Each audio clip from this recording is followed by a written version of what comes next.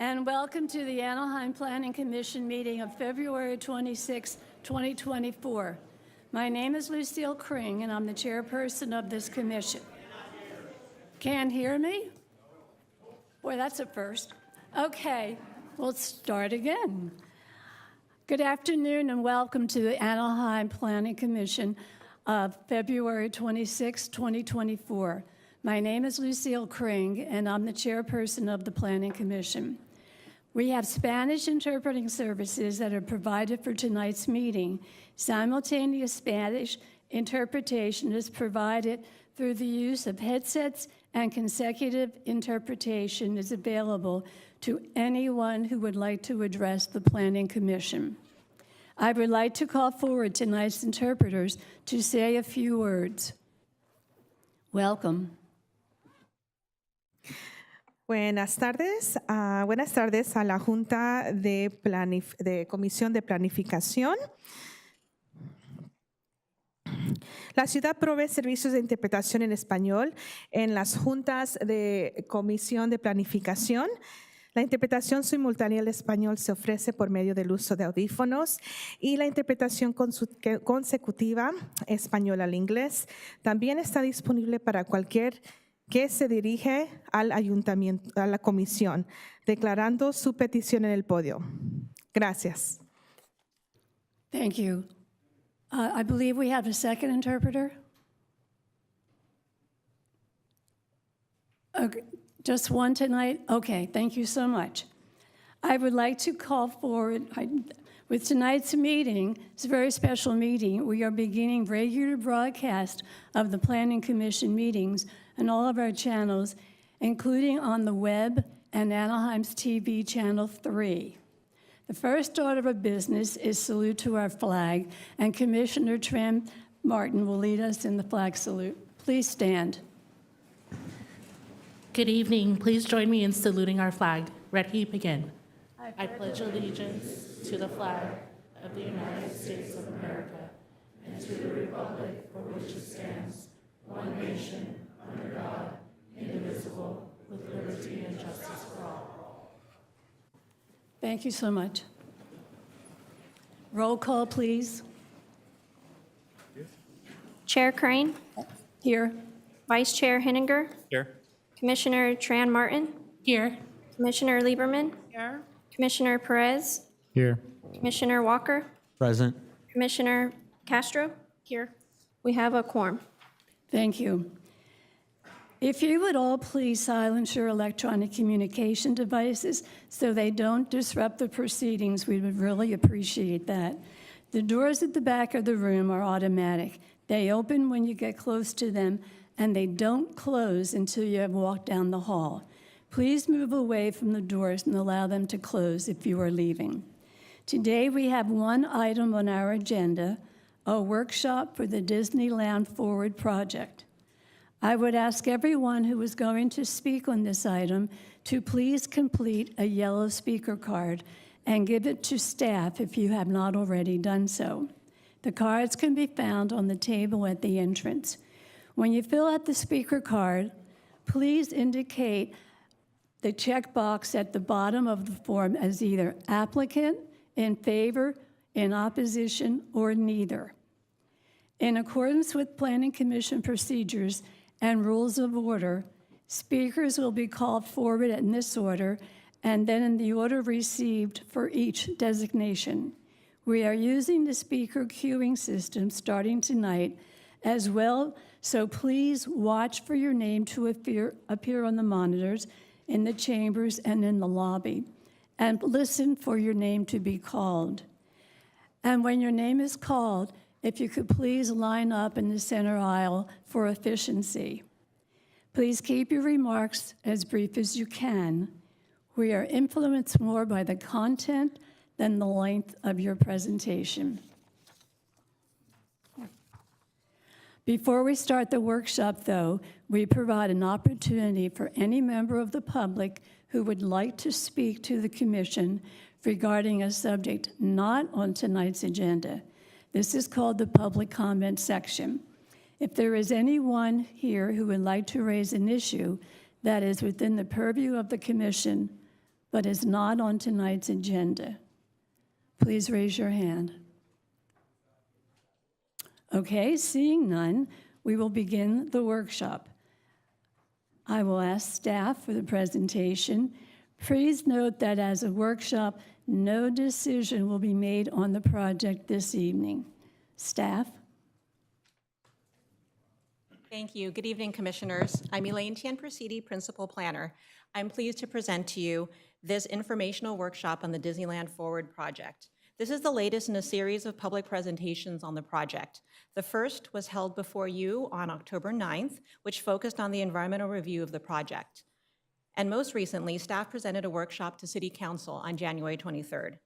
With me this afternoon is Rafael Cobian, City Traffic Engineer, Ted White, Deputy City Manager and Planning and Building Director, and Steve Mattis, partner at the law firm of Myers Nave, acting as the city's outside counsel on this project. This presentation will provide an overview of the Disneyland Forward project, including key components of the draft amended development agreement. The project applicant will then give a brief presentation. That will be followed by a time for questions from the Commission, for staff and the applicant, and a time for public comments. Importantly, this workshop is not a public hearing, and no decision on the project will be made this evening. I'll begin with a brief background of the Anaheim Resort and project area. The Anaheim Resort encompasses over 1,000 acres southwest of the 5 freeway and is shown on the image on the left, bounded in blue. The Disneyland Forward project applies to Disney-owned or controlled properties within the Anaheim Resort, shown in purple on the right. The Disneyland Forward project builds on the previously adopted specific plans for the Disneyland Resort and the Anaheim Resort, referred to as the Disneyland Resort Specific Plan, or DRSP, and the Anaheim Resort Specific Plan, or ARSP. Both were originally adopted in the 90s, and although separate plans, they complement one another for the overall enhancement of the Anaheim Resort. The Disneyland Forward project continues to support the original purpose of both plans and facilitate investment for the continued long-term growth of the Anaheim Resort area. Specifically, Disneyland Forward would allow already permitted development to shift across Disney properties in the DRSP and ARSP under a streamlined review process. The only increase is for an additional approximately 4,300 employee parking spaces in the ARSP. Disneyland Forward does not increase the amount of development square footage for theme park or retail dining and entertainment uses or the allowed number of hotel rooms. It also does not request any public funding.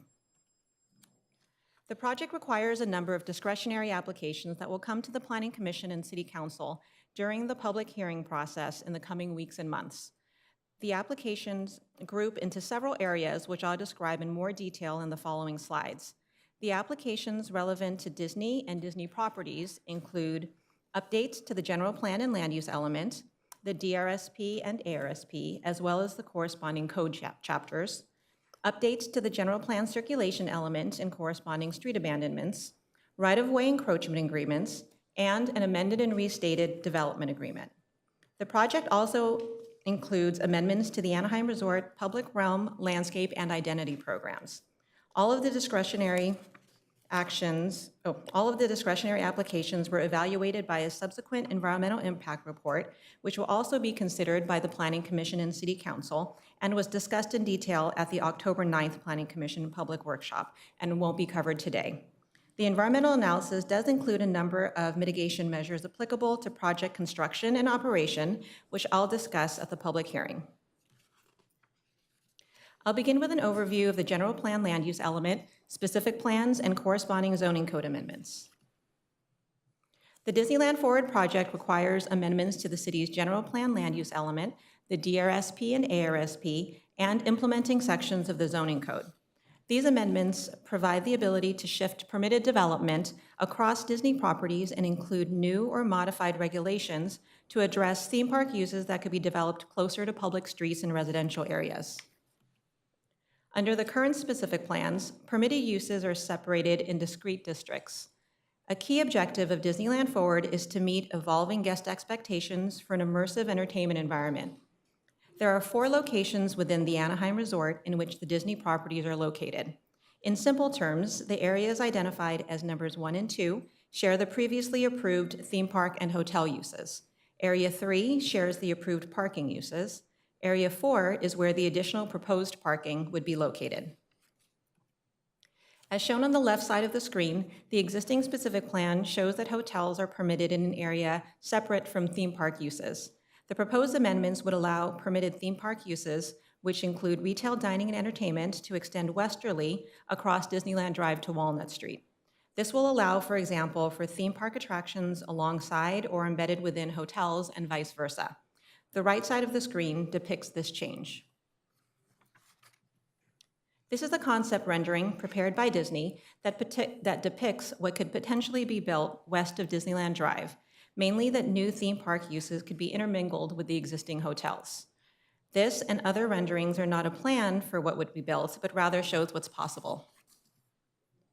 Similarly, on the current Toy Story parking lot east of Harbor and south of Catella, the proposed amendments would allow permitted hotel and theme park uses, which include retail, dining, and entertainment, extending into this area. This is a concept rendering of what could be built on the Toy Story parking lot.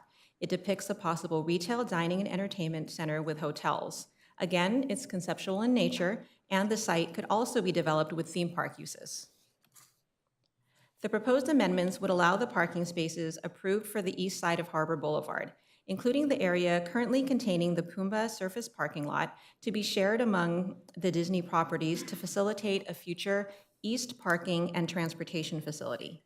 The east parking area is located to serve traffic from the northbound 5 freeway, just as the west parking area serves guests traveling southbound on the 5. The ARSP property shown in hatching would continue to have the ability to be developed with hotels. This is a concept rendering of a future parking structure on the East Parking District, as would be viewed from Disney Way looking northwest.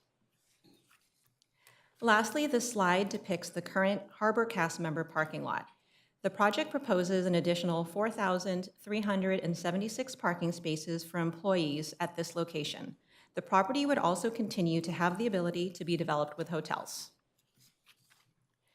Since the project would allow potential theme park uses closer to public streets and residential areas, the project will also implement new criteria called 360-degree architectural treatment for new theme park uses visible from the public right-of-way or abutting residential zones. Design criteria in the DRSP and ARSP identify architectural treatments at varying heights while utilizing new and existing wall and landscape buffers. Architectural treatments would include paint or graphic applications, articulated facades, rockwork, or other themed ornamentation intended to provide a view to the public that is equal to the guest experience inside the theme park. The project proposes to amend the height map that governs allowed heights in the Anaheim Resort. The existing map on the left shows that heights in the theme parks, the area in orange, are regulated by the specific plan development standards. The proposed map on the right side adds the areas west of Disneyland Drive and south of Catella. These areas would be subject to the specific plan height regulations discussed in more detail on the next slide. There are no changes to non-Disney properties.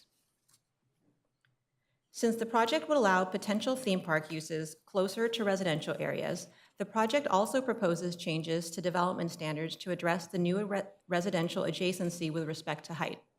For example, on Walnut Street, across from residential uses, increased setback is required for the upper floors, as was done with the recently constructed Disney Vacation Club project pictured on the screen. In the Southeast District, Theme Park East overlay, the step back, which places the highest parts of any building at an increasing distance away from adjacent residential uses, is also required, in addition to a 50-foot minimum structural separation from adjacent residential. Additionally, to address the proximity to residential across Walnut, shown on the left side of the screen, building setbacks would be increased from 30 to 50 feet. Several other changes to setback requirements are also proposed. The other increase to the setback requirement, shown on the right side of the screen, is for the Southeast District, where setbacks along Hastur would be increased generally from 20 feet to 30 feet. Setbacks are proposed to decrease from 20 feet to 14 feet in the parking district and the ARSP parking overlay, shown on the left side of the screen, along Manchester and Clementine, to facilitate the addition of a new Class 1 bike facility bike facility that I'll talk more about in a few slides. Lastly, in the theme park district, setbacks along Disneyland Drive would be reduced from 19 feet to 11 feet between Magic Way and Catella, and would allow structures to come closer to the street to facilitate the immersive and integrated theme park experience. Importantly, the 125-foot area immediately north of Catella Avenue on both sides of the street would retain the minimum 19-foot setback, maintaining the existing landscape treatment as shown in the photo. Today, much of the development in the DRSP is permitted by right. However, there are uses in certain areas that require discretionary approval or discretionary review by either the planning director or planning commission. As part of the project, implementation and administration of development on Disney properties would be revised to allow for administrative review of all development. Staff would confirm that development is in conformance with the specific plans, zoning code, conditions of approval, mitigation measures, and development agreement prior to issuing building permits. The next group of applications relate to updates to the general plan circulation element and corresponding street abandonments. Note that while we're discussing the abandonments tonight, the application is considered only by the City Council. The city's general plan circulation element identifies future extensions of Gene Autry Way and Clementine Street, which would bisect the project area east of Harbor and south of Catella, the current Toy Story parking lot. The project proposes to eliminate these planned future extensions to activate these properties and better integrate with the Disneyland Resort. This requires a general plan amendment and approval by the Orange County Transportation Authority of an amendment to the Orange County Master Plan of Arterial Highways. The Toy Story parking lot is authorized by a conditional use permit, which was specifically approved with a time limit so that the applicant would not be required to construct the extensions of Gene Autry and Clementine in conjunction with the operation of a temporary surface parking lot. Additionally, when the existing development agreement was executed, Disney did not own the property, so there are no existing obligations imposed on them related to these roadway extensions. Earlier this month, the OCTA Regional Transportation Planning Committee and the OCTA Board conditionally approved the request to amend OCTA's Master Plan of Arterial Highways. Final approval is contingent upon the city's approval of a general plan circulation element amendment. Additionally, by not developing this planned segment of Gene Autry Way as a public street, it preserves an existing residential community outlined in orange on this slide, which is currently developed as the Sunrise Palms Apartments. Since approval of the original Disneyland Resort project, the city completed a bike master plan adopted as part of the city's general plan circulation element that includes future bike facilities on certain streets in the resort area. One location is along Walnut, where the project proposes to amend the circulation element to upgrade the future facility from Class 2 bike lanes to a Class 1 shared two-way bike and pedestrian path on the east side of Walnut. Disneyland Forward also includes construction of this Class 1 facility between Catella and Ball, which will replace the sidewalk with a new multi-use path elevated from the street and buffered from traffic by parkway landscaping. The second location is in the area of Disney Way between Harbor and Anaheim Boulevard. The project proposes to amend the circulation element to relocate the planned Class 1 bike path from the north side of Disney Way between Harbor and Clementine Street to the west side of Clementine. Disneyland Forward also includes construction of this Class 1 shared two-way bike and pedestrian path, including a portion easterly on Disney Way towards Anaheim Boulevard. The rerouted path will connect to a dedicated bike parking area in the future transportation facility constructed by the project. The project includes the abandonment of 3 areas of public rights-of-way. Following abandonment, the areas would become private property owned by Disney. They include Magic Way between Walnut Street and Disneyland Drive, which is currently improved as a street. Clementine Street, south of Catella Avenue, which Disney previously dedicated to the city, but already functions as a driveway into the Toy Story parking lot. And a small stub of former Hotel Way, located north of Disney Way, currently providing the entry drive into the Pumbaa parking lot. Please note that early on in the formation of the project scope, the applicant considered requesting the abandonment of Disneyland Drive between Magic Way and Catella. That concept was dismissed by the applicant, is not under consideration, nor was it evaluated in the environmental analysis. Disneyland Drive will continue to be a public street. With the abandonment of Magic Way, the applicant would continue to provide pedestrian access from Walnut to Magic Way, but the street would be closed to through vehicular traffic other than for emergency vehicles. Additionally, the DRSP identified that the important east-west non-ticketed pedestrian routes through the theme park district during normal hours of operation would remain. These routes would continue to connect Disneyland, California Adventure, Downtown Disney, hotels and parking facilities to Harbor, Walnut, and Disneyland Drive. Disneyland Drive would also continue to provide both pedestrian and vehicular north-south connectivity. We have more detailed information regarding Magic Way, which Rafael Cobian, the city traffic engineer, will discuss.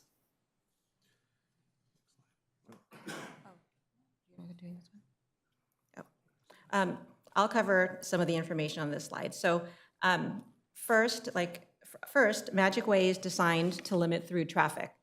The Magic Way at Walnut Street photo shows that southbound traffic on Walnut is blocked from turning left onto Magic Way by the landscape median.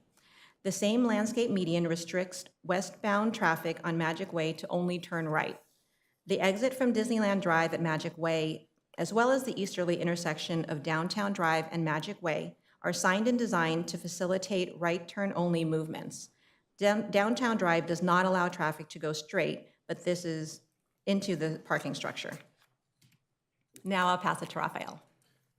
Thank you, Elaine. A concern we heard from the community at the City Council workshop was the closure of Magic Way. Residents stated concerns because they indicated they use Magic Way as a cut-through to the intersection of Ball and Disneyland Drive instead of going up to Ball Road and Walnut Street. Residents indicated many residents utilize that cut-through. Traffic counts were collected to quantify the number of vehicles who use Magic Way as a cut-through.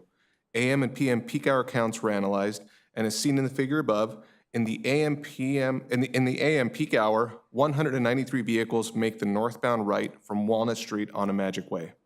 Of those 193 vehicles, 24 turn right into the Disneyland Hotel, and an additional 69 turn right into Downtown Disney, leaving 100 vehicles approaching Disneyland Drive. Of those 100 vehicles, 70 make a right-hand turn, and only 30 make a left-hand turn at Disneyland Drive. Those 30 vehicles are presumably the vehicles who are using Magic Way as a cut-through. The same analysis was performed for the PM peak hour, and of the 124 vehicles entering off Walnut onto Magic Way, none of them made a left-hand turn at Disneyland Drive, meaning there was no cut-through in the PM peak hour. The data shows a minimal amount of people using Magic Way as a cut-through route. Thanks, Rafael. Disneyland Forward also includes consideration of encroachment agreements for pedestrian bridges over Disneyland Drive and Harbor Boulevard. As with the abandonments, we're discussing this topic to provide information to the public, but this application is considered only by the City Council. The project includes an encroachment agreement for up to 2 crossings over Disneyland Drive. There is currently one existing bridge that crosses Disneyland Drive, as shown in the photo on the right. The project proposes to construct up to 2 additional bridges or ride crossings to continue the themed environment across the roadway. There would be no public access to these bridges or crossings from Disneyland Drive. The encroachment agreement also includes at least 1 and up to 3 pedestrian bridges over Harbor between Manchester and Disney Way. Along this segment, Disney is required to construct at least 1 bridge at the time that a parking structure is developed east of Harbor, so that pedestrians would not cross Harbor at grade to get to the theme parks. The bridge's dimensions will be determined based on the phasing and number of parking spaces that are ultimately constructed, so the project proposes to construct up to 3 bridges to reduce the size and massing of each structure while providing adequate pedestrian capacity. The DRSP establishes regulations for the design and operation of the bridges. Some of the key requirements in the DRSP for the Harbor Boulevard pedestrian bridges include that the bridge or bridges will provide for public access from Harbor. The abutments will follow the same street setbacks applied to other structures. They'll have a visually open design and not be more than 50 feet wide. Skipping the development agreement amendment for a moment, the project also includes amendments to the Anaheim Resort Public Realm Landscape Program and the Anaheim Resort Identity Program, documents which pertain to the entire Anaheim Resort area. The Anaheim Resort Identity and Public Realm Landscape Programs regulate the landscape and streetscape elements within the Anaheim Resort. The project proposes to amend these documents to allow for the use of improved technologies and more low-water plants. The Public Realm Landscape Program would include new landscape concept exhibits, updating and removing them from the DRSP and ARSP. The Identity Program would also be updated to describe the general locations of pedestrian bridges in the Anaheim Resort, consistent with the proposed amendments to the DRSP and ARSP. Additionally, photos and graphics would be updated with current images of identity elements and landscaping within the Anaheim Resort. That concludes the overview of the project. The remainder of the presentation will focus on the proposed development terms and community benefits in the draft development agreement. A development agreement is a contract between the city and property owner that provides certain vested rights to the property owner, locking in the entitlement thresholds as well as existing regulations in exchange for community benefits beyond what would otherwise be required by the city. Developers and cities enter into these agreements because it gives the city the ability to negotiate for terms that further our goals and policies and provide certainty for developers. The existing agreement between the city and Disney was executed in 1996 and has a 40-year term. It covers properties owned or controlled by Disney in the Disneyland Resort Specific Plan. Disney has 7 obligations under the existing DA. 5 have been completed and 2 are ongoing and continue to be monitored annually with the Development Agreement Annual Review. The most recent annual review was approved by City Council in December. The proposed amendment to the original development agreement would update the existing agreement to provide continued certainty to Disney to facilitate growth and investment in the Disneyland Resort. The amended agreement would establish a new 40-year term from the effective date of the agreement and anticipated to be through 2064. This acts as an approximate 28-year extension of the original DA expiration date of 2036. The amended agreement updates agreements and assurances to reflect the needs of the city and Disney as they've evolved over the 28 years since the original approval. Importantly, the amended agreement also sets a 10-year minimum development commitment and provides meaningful new community benefits. I'll talk more about these in the coming slides. A key interest of the city is the continued investment of Disney in visitor-inducing attractions, lodging, and amenities. This is, of course, important because of the significant economic and fiscal benefits to the city and region. Investments in theme parks, hotels, and retail dining and entertainment uses drive increased general fund revenue to the city through the collection of transient occupancy taxes, sales taxes, and property taxes, as well as generating significant short-term and long-term job growth. To this end, the draft development agreement includes a commitment from Disney to invest a minimum of $1.9 billion in theme park, hotel, or retail dining and entertainment development within 10 years of approval. If Disney's investment exceeds $2.5 billion within the first 10 years, they will not be required to pay an additional $5 million as encouragement for further investment. The housing affordability crisis in California has been at the forefront of state, regional, and city policy discussions for several years, with a widespread understanding that additional resources are needed to help address this challenging issue. The draft DA includes a commitment by Disney to provide a total of $30 million to the city to fund a city-created and controlled public housing trust. Disney would deposit $15 million within 1 year of approval, and the remaining $15 million within the next 5 years. The city would have full discretion as to how the money is used in support of Anaheim's affordable housing programs, with a focus of leveraging these new funds with federal, state, and regional funding sources to support the production of new affordable housing units. Disney has committed to provide an $8 million payment for parks within 1 year of project approval. The funds are intended for citywide park improvements outside of the Anaheim Resort. The funds could be used alone or to leverage other funding sources when advantageous to the city to seek competitive grant funds. As consideration for the proposed street abandonments and changes to the planned roadway network discussed previously, Disney will pay the appraised fair market land value for the existing right-of-way and planned future streets. The appraised value is approximately $40 million based on the preliminary appraisal, which is currently under final city review. This revenue to the city would be used to help fund future traffic and transportation improvements. Disney will participate in cost sharing with the city, with a contribution of up to $10 million for sewer improvements along Catella Avenue. These sewer system upgrades will benefit the Anaheim Resort community and upstream properties in the Center City corridor area. The city has already begun design of the improvements, and the DA provides a schedule for phased payments at various project milestones.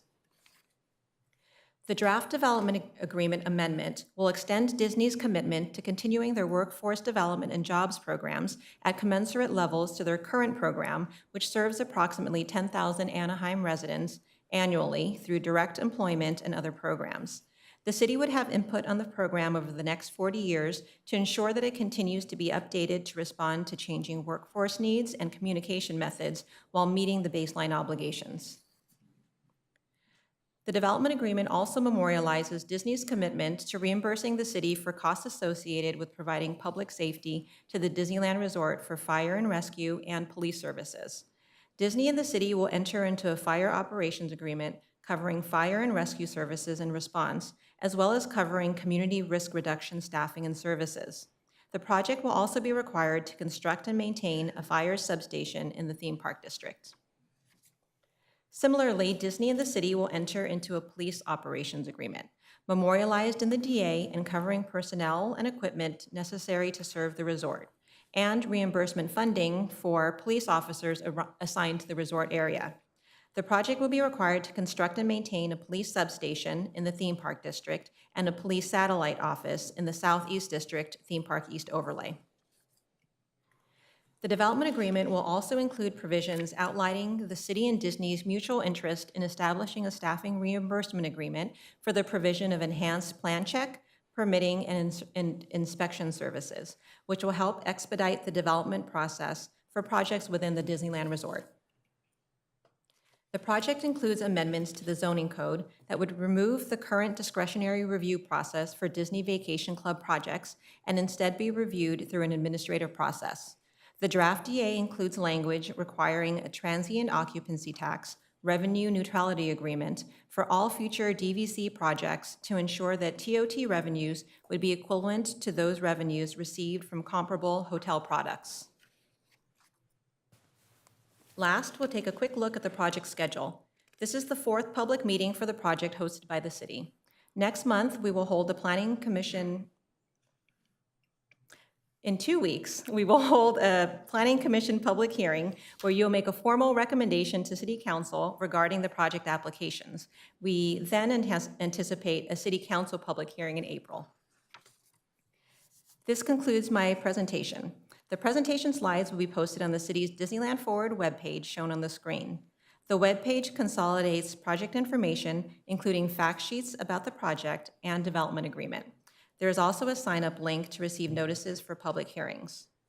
Next, I'd like to introduce Joe Haupt, who will lead the applicant's presentation. Welcome. Commissioners, thank you. Thank you for having us here this evening. Thank you to Elaine and the rest of the city team for that presentation. Thank you for hosting us here again this evening on behalf of the entire Disney team. We know your time is valuable. This is an important project, and it's important to all of us to get it right. So we appreciate you taking time to spend with us tonight to talk about it. We've met already. My name is Joe Haupt. I work for Disney as a consultant on the Disneyland Forward project. So tonight we'd like to do a few things. Cover three main topics with you. Next slide, please. Three main topics with you this evening. Some of it will be a little bit overlapping from what you just heard, but add a little more color in a couple of areas. First and foremost, we'd like to take you through a couple of follow-up items, which came up at our first Planning Commission workshop we had in October with you all, and then also at the City Council workshop a few weeks back. Commissioner Heiniger and a few of you asked for a specific report out on Disney's TDM program. And also you asked for a specific report out as well. It was requested at the council workshop on the Disneyland Resort's environmental programs and sustainable programs. So tonight with me, we have two subject matter experts from Disney, Mr. Jake Rakelson and Ms. Judy Hernandez, who are prepared to give a brief report out on those two items that you asked about. Secondly, I'd like to take a minute to please clear up some misinformation and some misconceptions regarding roadway abandonments, Magic Way, and touch on some of the information that you just heard in the city presentation. And then finally, a quick recap on the community benefits program, which you heard about as well. So again, thank you for your time. We'll keep this brief and keep it to the point and be respectful of your time. First, I'd like to, next slide, please. Go to our follow-up items. I'd like to introduce Mr. Jake Rakelson to talk about the Disneyland Resort's environmental programs. Thanks, Joe. Thanks a lot, Joe. All right, thank you so much. Hi, my name is Jake Rakelson, and I lead the environmental sustainability team for the Disneyland Resort. Thank you so much to the Planning Commission for having me today, and I'd like to share a couple of quick notes about what we've done over the past several years. Thanks, next slide. So I'd like to start off by giving a little bit of historical framing around how we got to where we are now. So environmental sustainability really didn't start with our latest set of goals. This is something that really is embedded into the history of our long-storied company. It really starts with our founder himself and Disney and the early Disney IP. So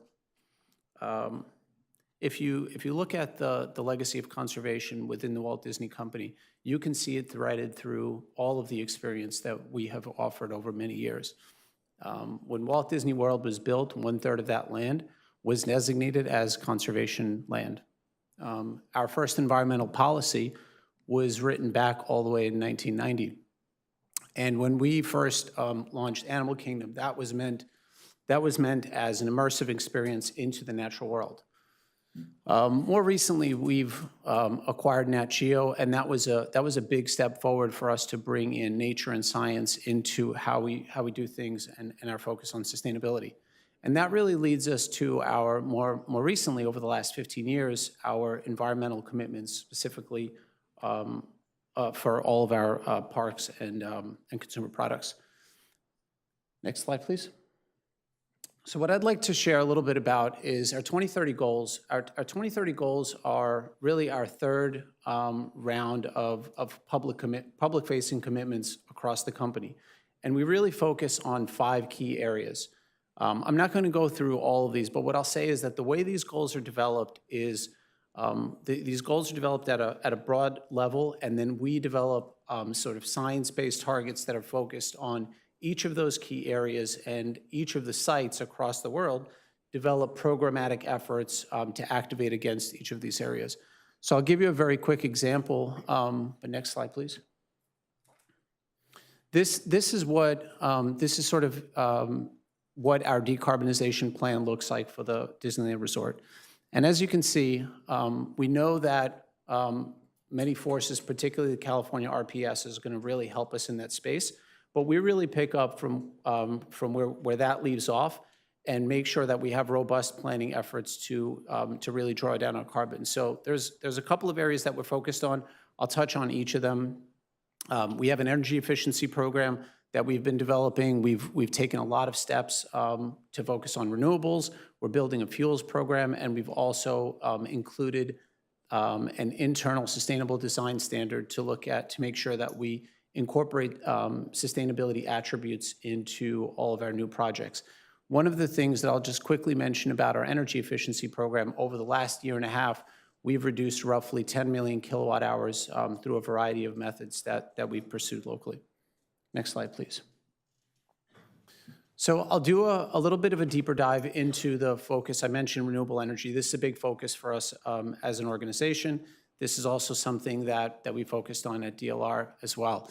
So back in 2016, we took a look at all of our roof space, and we determined where was the best place to incorporate solar. And so we put a solar structure on top of Radiator Springs. That's roughly a 0.5 megawatt facility.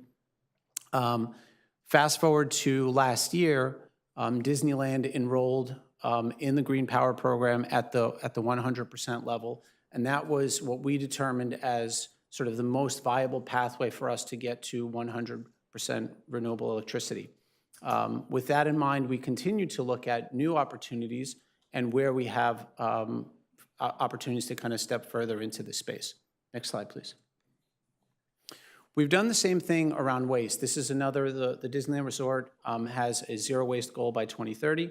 We've done a very similar modeling exercise to look at what are all the different things that we can do. Now this space is a little bit unique in that in order for a complicated environment like Disneyland to actually get to zero waste, it's something that really requires the participation of everyone, right? Our cast members, our guests, a lot of different programmatic efforts. We've spent a number of years really focused on this, and we've deployed a wide range of different programs to help get us there. But one of the things that we focused on over the last 2 years specifically is really how to engage our cast and our guests to participate in this effort, really inviting them to join us on this journey. What we've done is we've invested quite a bit in not only launching new programs, but also putting out the right equipment to make participation easy.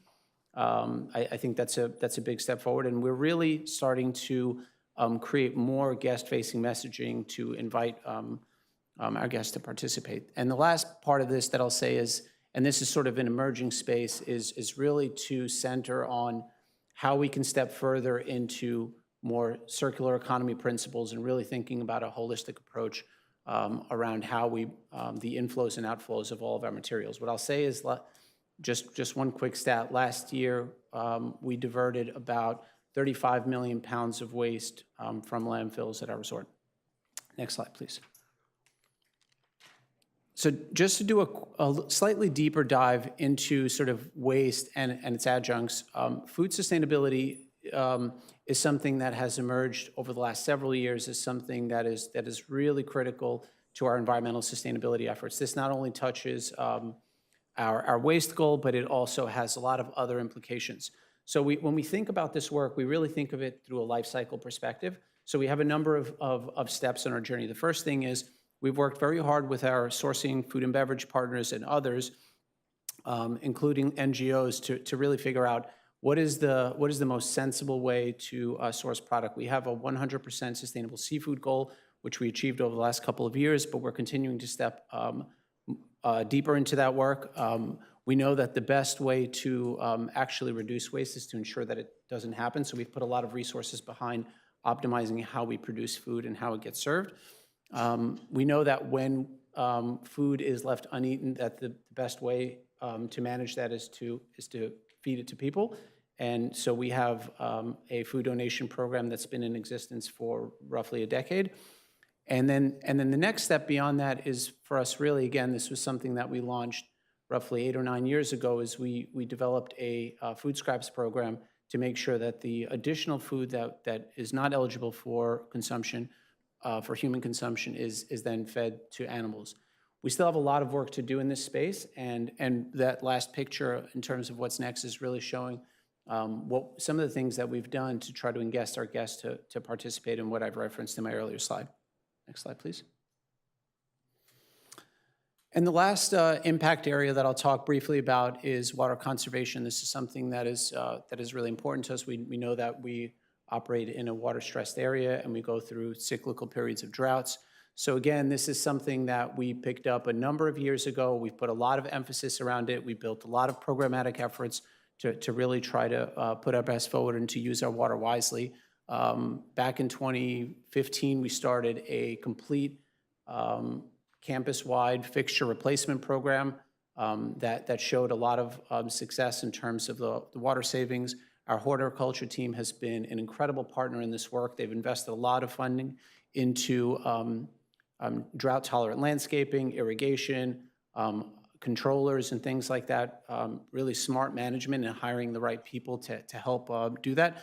And overall, over the last decade, we've seen roughly a 15% reduction in our water consumption, all while serving millions more guests. Next slide, please. And I would be remiss if I didn't mention innovation continues to be part of this work. One of the showcase projects that many are familiar with, but I'll sort of highlight again here, is the work that was done on our steam trains and our Mark Twain riverboats. So what we did as part of that project is we actually converted those to biodiesel, and we capture all of our used cooking oil that then gets converted into that fuel. And so that roughly displaces about 200,000 gallons of diesel per year. It's a nice showcase, and it's something that we're extraordinarily proud of. Next slide, please. And then I'll just say, I'll sort of finish off by saying that over the years, Disneyland has been recognized with a number of awards in different impact areas by different agencies. And I think the message that I sort of want to leave you all with is that this is something that is part of our ethos. This is something that we've been at for a really long time. Our new 2030 goals are obviously very ambitious and aggressive, but I think with the right programming and the right partnership across both our internal and external stakeholders, we are on the track to getting to where we said we would be. Thank you.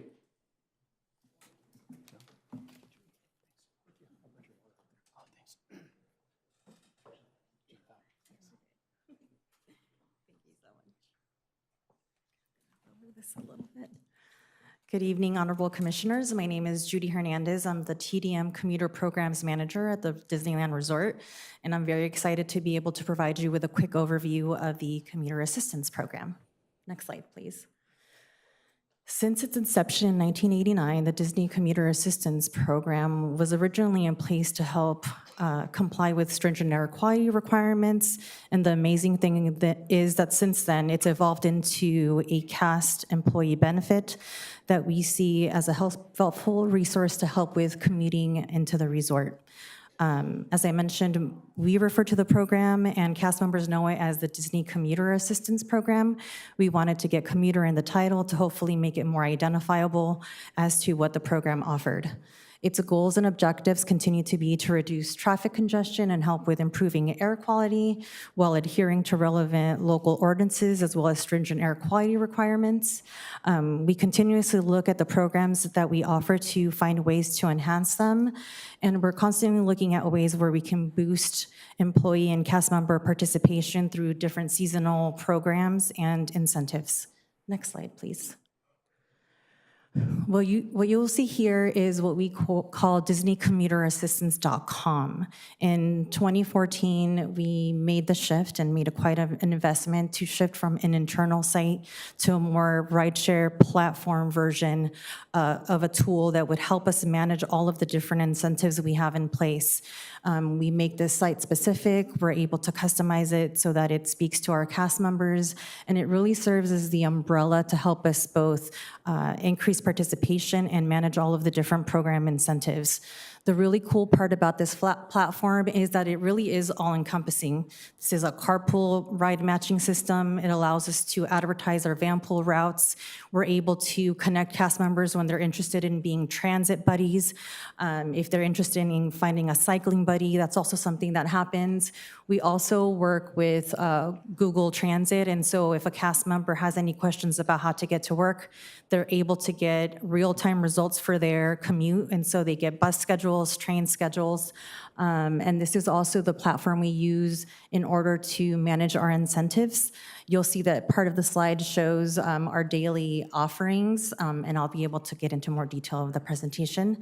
Additionally, we're also able to provide this program and website in Spanish, and it's mobile optimized so that cast members can also have access on their mobile devices. Next slide, please. Here's a quick overview of all of the tools, resources, and discounts that we provide to our cast. As I mentioned, the first bullet goes over our ride matching platform. Cast members are also able to earn daily incentives. We know that cast have varied commutes. One day they can be carpooling, the next day they might be walking or taking the bus, and all of those have daily incentives attached that I'll go over briefly in the next couple of slides. We also offer commute points. So as I mentioned, cast are able to earn daily incentives for the ride-sharing modes they use to get to work. They're able to put that money on their paychecks and use it as their own little savings account. Additionally, we offer a pre-tax transit benefit program where cast that are in the need of purchasing their bus, train, or van pool fares can also save up to 30% on those costs. Additionally, and new for 2024, we were able to increase our Disney subsidy subsidy. So every month, 75% up to $150 a month, Disney is able to assist cast with those payments, again, whether they're riding the bus, whether they are taking the train, or whether they're van pooling. And lastly, we also have what we call our emergency ride home program.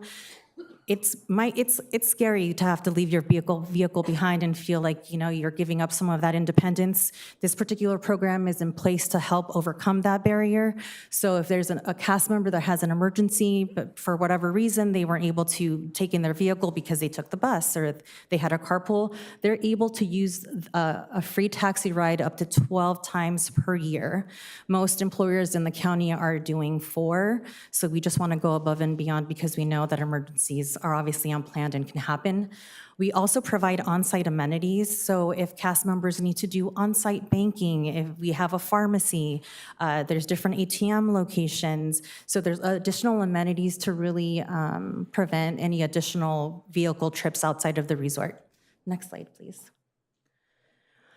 As you can imagine, promoting the program is something that is really, really cool and exciting because we're Disney. So anytime that we have the ability to really leverage some of our most beloved characters as well as our Disney IP, we take that opportunity. Ride sharing is not always the easiest program to inform cast members about. Leaving your car behind is not an easy sell, but we find different ways to ensure that our program is always front and center. We also provide materials in Spanish, and we do seasonal promotions when we know there's a need to really increase awareness. Last summer, we were able to finally bring back some of these new ideas that we have, and so we were able to incentivize carpooling, walking and biking, just to see what would move the needle a little bit. And so we always use our seasonal promotions to help do that. Next slide, please. Here's the meat and potatoes of our program as I break down all of the different program offerings. As I mentioned earlier, we understand that everyone's commute can look different. We have cast members from coming all throughout Southern California. We have cast that we know are one day carpooling, the next day they're taking the bus. And so we try to make our program inclusive of everything that potentially could be happening. For those cast members that are biking or walking, because we're encouraging zero emissions, they earn $2 a day. We have additional on-site amenities. There's access to showers. We have bike lockers. They're sheltered. We have also taken a look at, finally for this coming fiscal year, looking at beefing up some of our incentives in the bike realm. And so all of these improvements for Disneyland Forward make us very excited to hopefully increase the amount of cyclists that we have at the resort. For our transit, whether you're riding the bus or taking the train, you earn $1 a day. We're very proud with the partnership that we have with the Orange County Transportation Authority. And so cast members are able to use a free annual bus pass to get to work. Additionally, if cast members show their ID, they're able to ride for free on ART, and we have different ways where we promote connectivity from the Arctic station so that we can really get over that last mile issue sometimes. All of these modes would also be eligible for our pre-tax program as well as our subsidy program, so the cost savings really do add up. For some of our longer commutes, for carpool and van pool, they're also eligible to earn $1 a day. As I mentioned, we really try to ensure that cast members know that our system is private. It's only for Disney employees. It also provides cast scheduling, and so you're able to see if there's a cast member in your area that might have the same schedule as you. These are one of the coolest stories where we hear, carpooling with my neighbor, carpooling with someone in your area that you didn't know about just because they're able to use the system and match up. And then lastly is our electric vehicle program. We have over 450 electric vehicle charging stations at the resort. It's a private network that our cast members have access to, and they also are part of the $1 a day club. Next slide, please. And lastly, how we know that the program is working. Obviously, we're gearing up after a couple of difficult years post-COVID, and we're trying to work to boost our program again. But we're super proud of where the numbers are based on our 2023 summaries. We have over 13,500 cast members currently participating in the program. As I mentioned earlier, we had a summer promotion to really help boost some of our other modes, and we saw a 106% increase in our carpool population. EV usage is through the roof with an 81% increase. And I really like to point out this particular picture because one of our goals is to bring back our van pool fleet. The goal is to hit 24, and you can see this image. It's so amazing to see how many vehicles can be removed if we're able to match our long distance cast members with those commutes. We currently have 3 van pools on the road. We have 10 that are currently in the works, and so I'm hopeful that we can meet that 24 number. I know that we'll be available after our presentations for any additional questions, and I thank you for your time.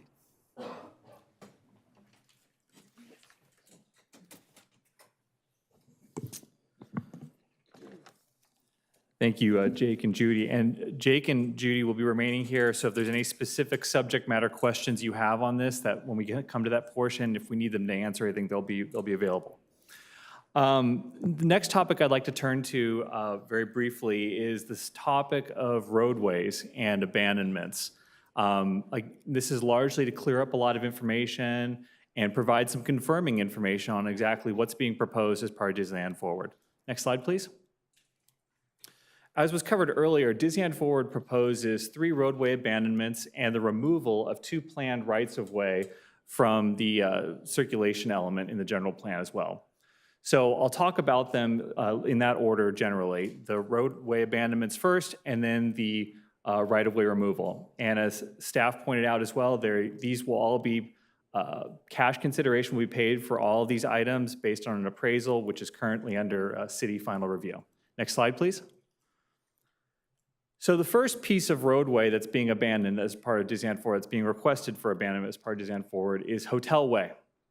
Hotel Way is a 125-foot piece of road that you see in that photograph right there that goes from Disney Way into Disney's Pumbaa parking lot. It only goes one place, to Disney's Pumbaa parking lot. So we are buying back our own driveway in this particular case. And the same is true in Clementine, which is the next slide. This piece of Clementine that we're requesting to be abandoned, it only goes one place, into Disney's parking lot. It goes from Catella and into Disney's parking lot. We are requesting the city abandon it and essentially, again, acquiring our own driveway into our own property. Next slide, please. Now, these 2 planned roadways, these are future roadways that, as staff pointed out, presently don't exist. The extension of Gene Autry Way and Clementine Street. So we are proposing to have these removed from the master plan, from the city's master plan. And you can see Gene Autry to be constructed actually would need to go through some apartment buildings there off to the right side of the photograph, which would be east, which we don't own. So that would all have to be figured out. So we are requesting that that obligation be removed, and that's all part of the cash contribution, the cash consideration that's being paid for this project, for this particular element. Next slide, please. The last one we want to talk about is Magic Way. And we want to kind of cover Magic Way in 3 pieces: the historical context, how it's being used, and what we propose to do with it. So Magic Way is a 1,150-foot street that connects Walnut to Disneyland Drive. To the north is Disney's parking structure. To the south is downtown Disney and the Disneyland Hotel. So you have Disney property on both sides, connecting to Disneyland Drive, which between that point and Catella only feeds Disney uses as well. Next slide, please. Some historical context I think is appropriate here, just to table set the case for Magic Way. So Magic Way is actually a piece of Cerritos Avenue that was relocated 1,000 feet north as part of the original Disneyland Resort project in the mid-1990s. What you have on the screen here is an excerpt from the 1992 EIR for the Disneyland Resort project. If you take a minute to read that excerpt, it gives you the historical context and the rationale behind Magic Way. The highlighted portion is particularly important. The new roadway, referring to Magic Way, will be 2 lanes wide and will be designed to discourage access from or onto Walnut Street. The original conceit with Magic Way was entirely driven by avoiding Disney trips onto Walnut and avoiding Magic Way as a cut-through route. That was the whole purpose. It was designed that way. As Mr. Cobain showed in some of his photos in his presentation, there's only two ways you can go. You can only go right or northbound on Walnut. You can't make a left into it. So it's extremely limited on what you can do with it, and it was done that way for this very reason, because it's not intended to be used as a cut-through. Next slide, please. So now the question becomes, who's really using Magic Way? So the project performed, as is required by the environmental process, traffic impact studies, a LOS study, an operational analysis, LOS study. In addition, it also performed a VMT study as part of the EIR. Both of these documents were done and were completed last year and reviewed a number of times by city staff. Those documents concluded that the impact of closing Magic Way was insignificant and almost immeasurable. They're based on some feedback from the community 2 or 3 weeks ago at the City Council workshop.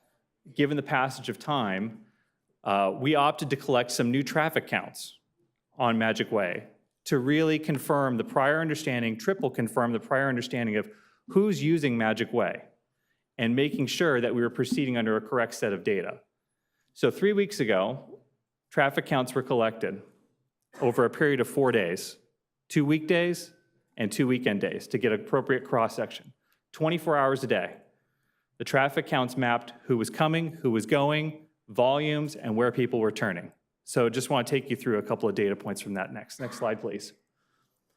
Based on the traffic counts that were taken 3 weeks ago, 99% of the vehicles on Magic Way are Disney users. 99%. So of the 11,153 vehicles that traverse Magic Way on a daily basis, 11,053 of them are either departing or arriving at Disney property. Less than 100 are non-Disney users. Next slide, please. So then to get to the question of the cut-through, what is really going on with the cut-through? We picked the busiest weekday and tried to understand, based on the count data, how many people are making that right turn on the Magic Way and going northbound to I-5? 30 people during the busiest hour of the busiest weekday. You probably have more speaker cards in your hand than that are using Magic Way to cut through like that. So next slide, please. So now let's talk about the physical condition of Magic Way and how it can be bettered by the proposed abandonment. What you have on the screen here is a photo of Magic Way as it exists today. This photograph is taken facing towards the west, standing at the corner of Magic Way and Walnut. You're looking across Walnut here. Basically where that red dot is you're looking towards the orange dot. That spot missing any plants in the middle there, that's not a design feature. That's from jaywalking. That's how many people cross right there right now today, pedestrians trying to get into the resort, trying to get access into the Disneyland Resort from there. So pedestrian access is clearly important, and it's a need we need to meet. And that's a need that came through loud and clear from all the town halls we had in the neighborhood. Next slide, please. So this slide here is a conceptual proposal of what the future could look like of the intersection of Walnut and Magic Way. Gone is the cut-through traffic, and gone is the any Disney Resort traffic on Walnut because there would be no way to get through. Magic Way would be converted to emergency vehicle access only, with a new bike lane running through it, along with a permanent signalized pedestrian crossing there that is a marked improvement over trampled plants. And it will provide safe access for pedestrians, safe and free access for pedestrians into the Disneyland Resort and able to cross through, access downtown Disney, and go all the way to Harbor. I think you saw an earlier slide this evening from the Planning Department's presentation where they talked about pedestrian access. This is that component of it. So when we talk about roadway abandonments, I think it's really important just to talk from a position of data and what the data is actually saying. In this case here, we have 2 pieces of roadway which are being abandoned that are our own driveways, 1 piece of roadway of which 99% of the users are Disney guests and Disney cast members, and we are asking the city we're relieving the city of its maintenance obligation for all these roads and providing cash consideration for them. And then the last piece is the removal of the future planned rights-of-way, which, as that slide indicated, the tail piece of it would be required to go through some apartment buildings. So next slide, please. So now very quickly, we'll touch on community benefits. I know this is getting long, and I don't want to be repetitive, but I just want to add a little color to a couple of these points. Next slide, please. So first and foremost, that we're most proud of, actually we're proud of all of it, is the $1.9 billion commitment in new theme park and lodging experiences. So this is a very significant investment over a 10-year horizon, and Disneyland Forward is a 40-year project, so one could imagine many increments of this. But this is just to get us started, and this represents only new capacity generating theme park and new lodging capacity. So as the staff mentioned in their presentation, parking structures and things like that don't count towards this threshold. Next slide, please. $30 million cash contribution to affordable housing, to the city's Affordable Housing Trust, to be used in the city's complete and total discretion, however they choose to meet the city's affordable housing needs. We are proud to be the first commercial developer to make a cash contribution like this. We don't have a residential component in our project. A lot of times residential developers will come through and they have an affordable component as part of a larger package of residential. There's no residential in this project. This is an upfront cash contribution from a non-residential developer, which is a first in Anaheim. Next slide, please. $8 million to parks. Again, up here is an example of a couple of things quite a few of things that this could pay for, but a significant contribution into Anaheim's parks that this can be matched with grant funds or other funds to allow the city to jumpstart some capital improvement projects at parks across the city. Next slide, please. Transportation improvements, we've talked about this a lot. $85 million to fund transportation improvements. $40 million of that is the cash consideration being paid for the right-of-way. The balance of that is other improvements that will be made around the resort, all for the sole purpose of improving mobility, pedestrian safety, and traffic circulation. Next slide, please. A commitment to continue Disney's highly successful workforce development program, which, in addition to all the things it does, all the residents it touches, gives grants as well to local Anaheim nonprofits. The development agreement contains a commitment for us to continue that at a commensurate level out into the future. Next slide, please. And then lastly, I think this is one that's very important, jobs. Disneyland Forward, just this first phase, according to Cal State University Fullerton, will create 4,584 new jobs. And all cast members at the Disneyland Resort are starting at $19.90 per hour today, with the majority of skilled roles at $25 an hour. In addition, cast members have access to a world-class benefits program that's unparalleled anywhere in the city, including the Aspire program, which provides 100% college tuition. We're very proud of this. The 4,584 jobs that we'll add in this category are good jobs that provide a bright future for Anaheim residents. Next slide, please. Lastly, construction jobs. This project will have a project labor agreement. Disney has a proud history and relationship with the local building trades. This project will include a project labor agreement for a significant component of the project, which is the east parking structure. And we're very proud of that and hope to continue that relationship going forward into the future. Next slide, please. That's the conclusion of the presentation. Thank you all for your attention. I know it was long. Myself and my colleagues are here able to answer any specific subject matter questions you have, but thank you again for your time, and thank you, staff. Thank you very much to all the speakers. We have questions from commissioners. Okay, Commissioner Hedinger. I have just two kind of, I think probably fairly minor questions. First for Joe.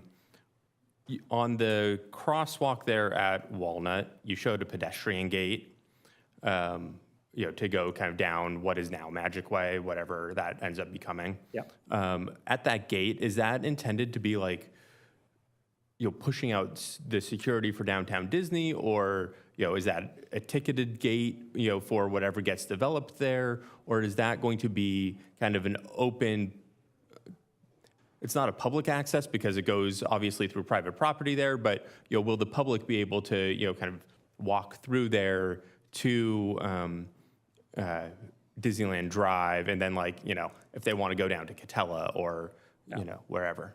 Excellent question. I'll answer it quickly and succinctly. It is absolutely not a ticketed entrance there, and nobody has to pay to use that gate. The reason that swing gate is shown there is the same reason a similar gate exists today on Harbor Boulevard, which is so that at night it can be closed for security purposes.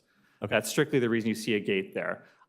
Consistent with our commitments in the Disneyland Resort specific plan, and I don't know if we still have the slide at our fingertips, but we have to maintain a non-ticketed pedestrian route from the east to west side of the resort. And I think that was a slide you saw prior. But thank you for asking that question. The answer is a firm no. That is not ticketed. Okay, thank you. That was my only question for you. The other question is, I think, for city staff related to the $30 million for affordable housing. How many units does that build? If the city leverages it, what do we, we're talking about a lot of new employees. We're talking about a big demand for affordable housing in the city. What does that really buy us?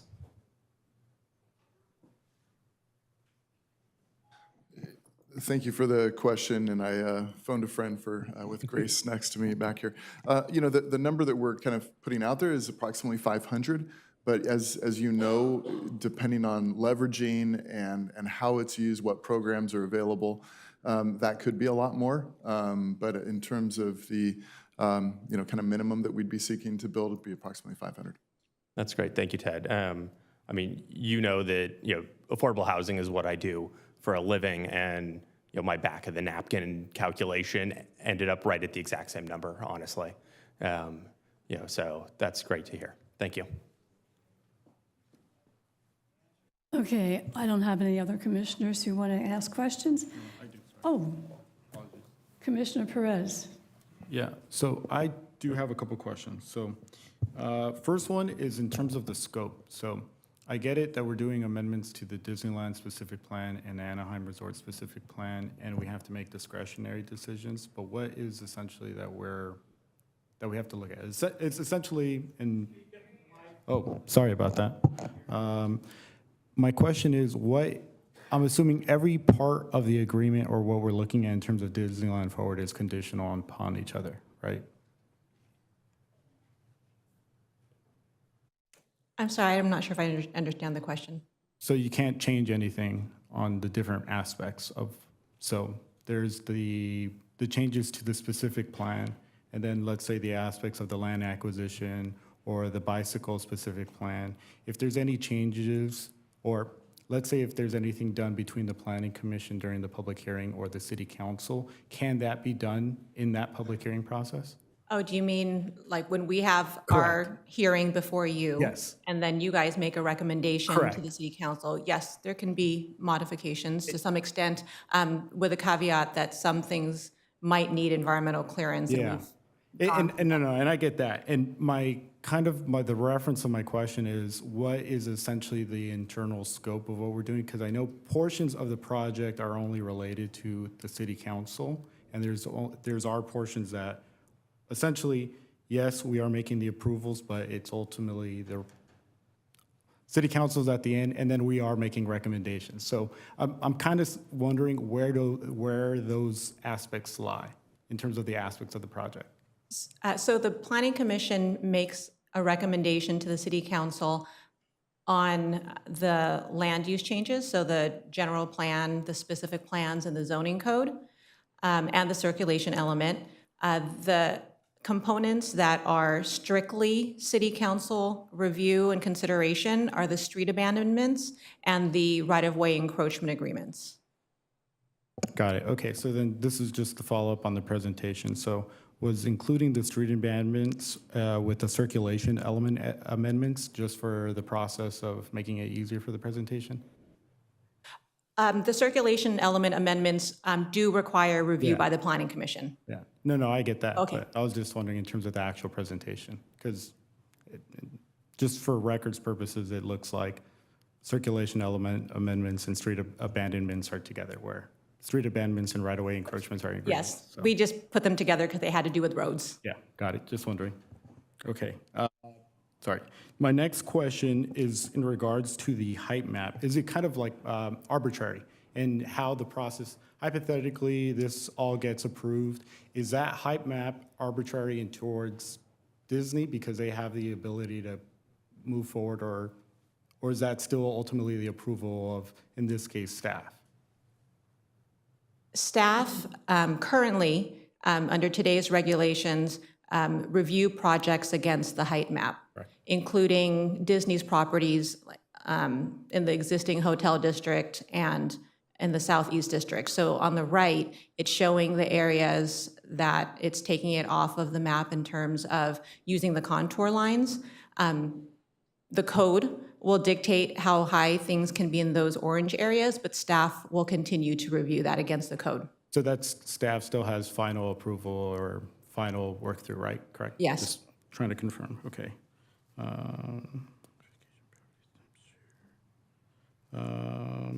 Okay, so to the changes on the approvals of the specific plans, do any of our current specific plans use those proposed approvals? The current Anaheim Resort and Disneyland Resort specific plans? I'm saying, I know we have a bunch of other specific plans in the city, and do any of those other specific plans have the same approval methodology that is being proposed? Oh, in terms of things that could be approved administratively? Correct.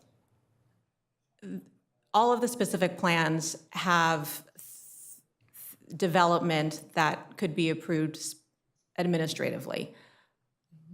That's not what I'm asking. But I'm saying in terms of the changes, how it now goes before, if let's say in between the DDA development goes until 2064, in between that time, the applicant has the ability to decide to build what they want. Ultimately, it's upon the staff approval, but no planning commission, no city council, only with the approval of the DDA yearly agreement, correct?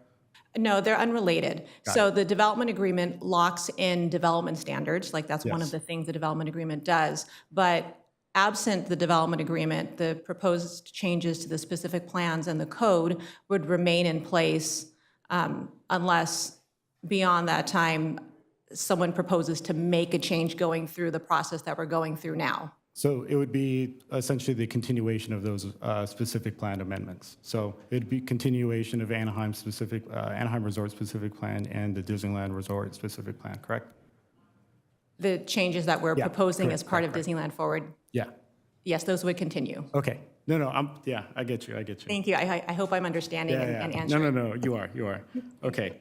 Let me see if I have any more for staff. Okay, actually, going back to the DDA, what happens if it expires? So once it expires, then the agreement is over. In terms of all the obligations, they expire with the agreement. So then what would occur at that point? I mean, obviously, this is all hypothetical. Nobody knows 2064. Good evening, I'm Steve Mattis, I'm the outside counsel. When a development agreement expires, the underlying general plan, specific plan, zoning provisions do remain in existence, so they would continue to apply. The community benefits portion of the development agreement, those would normally have been satisfied during the term of the development agreement, but if they weren't for whatever reason, assume a hypothetical no development at all, then they would expire as well too. So going back to that, so even, let's say, again, hypothetical, it expires, the way that it would be if it's currently approved as is, it would allow Disneyland to still have approval if that expires, or no? Or in terms of like what they're proposing, they could have more of a streamlined process, or would it revert back to what we're currently having? No, it would not revert back automatically, but in the, if there was not a development agreement in place, then the city would have all of its standard zoning authority, so the city could choose to modify the standards at that point at the end of the development agreement if they wish to. It doesn't automatically revert, though. Got it. Okay.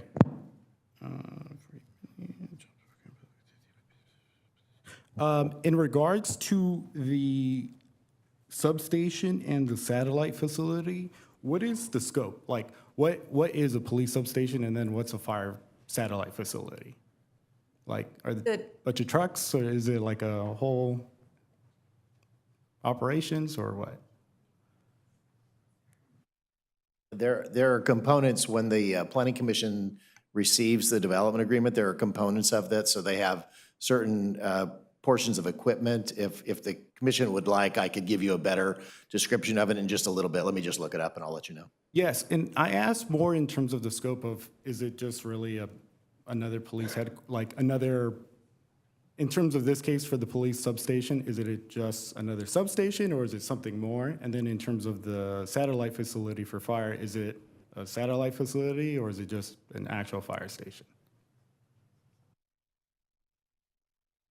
I'll start to answer the question. For police, there is a substation, that's part of it, as well as a satellite office. So those are for PD, and then for fire, it's a satellite station. So for the police department, the substation, there is actually a substation today.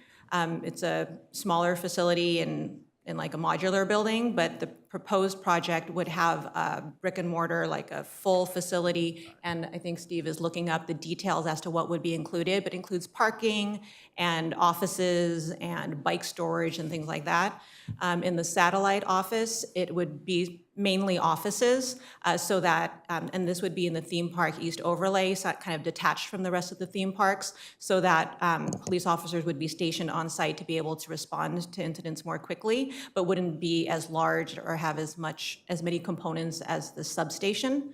For the fire satellite office, I think it includes things like parking for emergency vehicles and offices for the firefighters to be stationed temporarily, but I'll let Steve continue looking that up.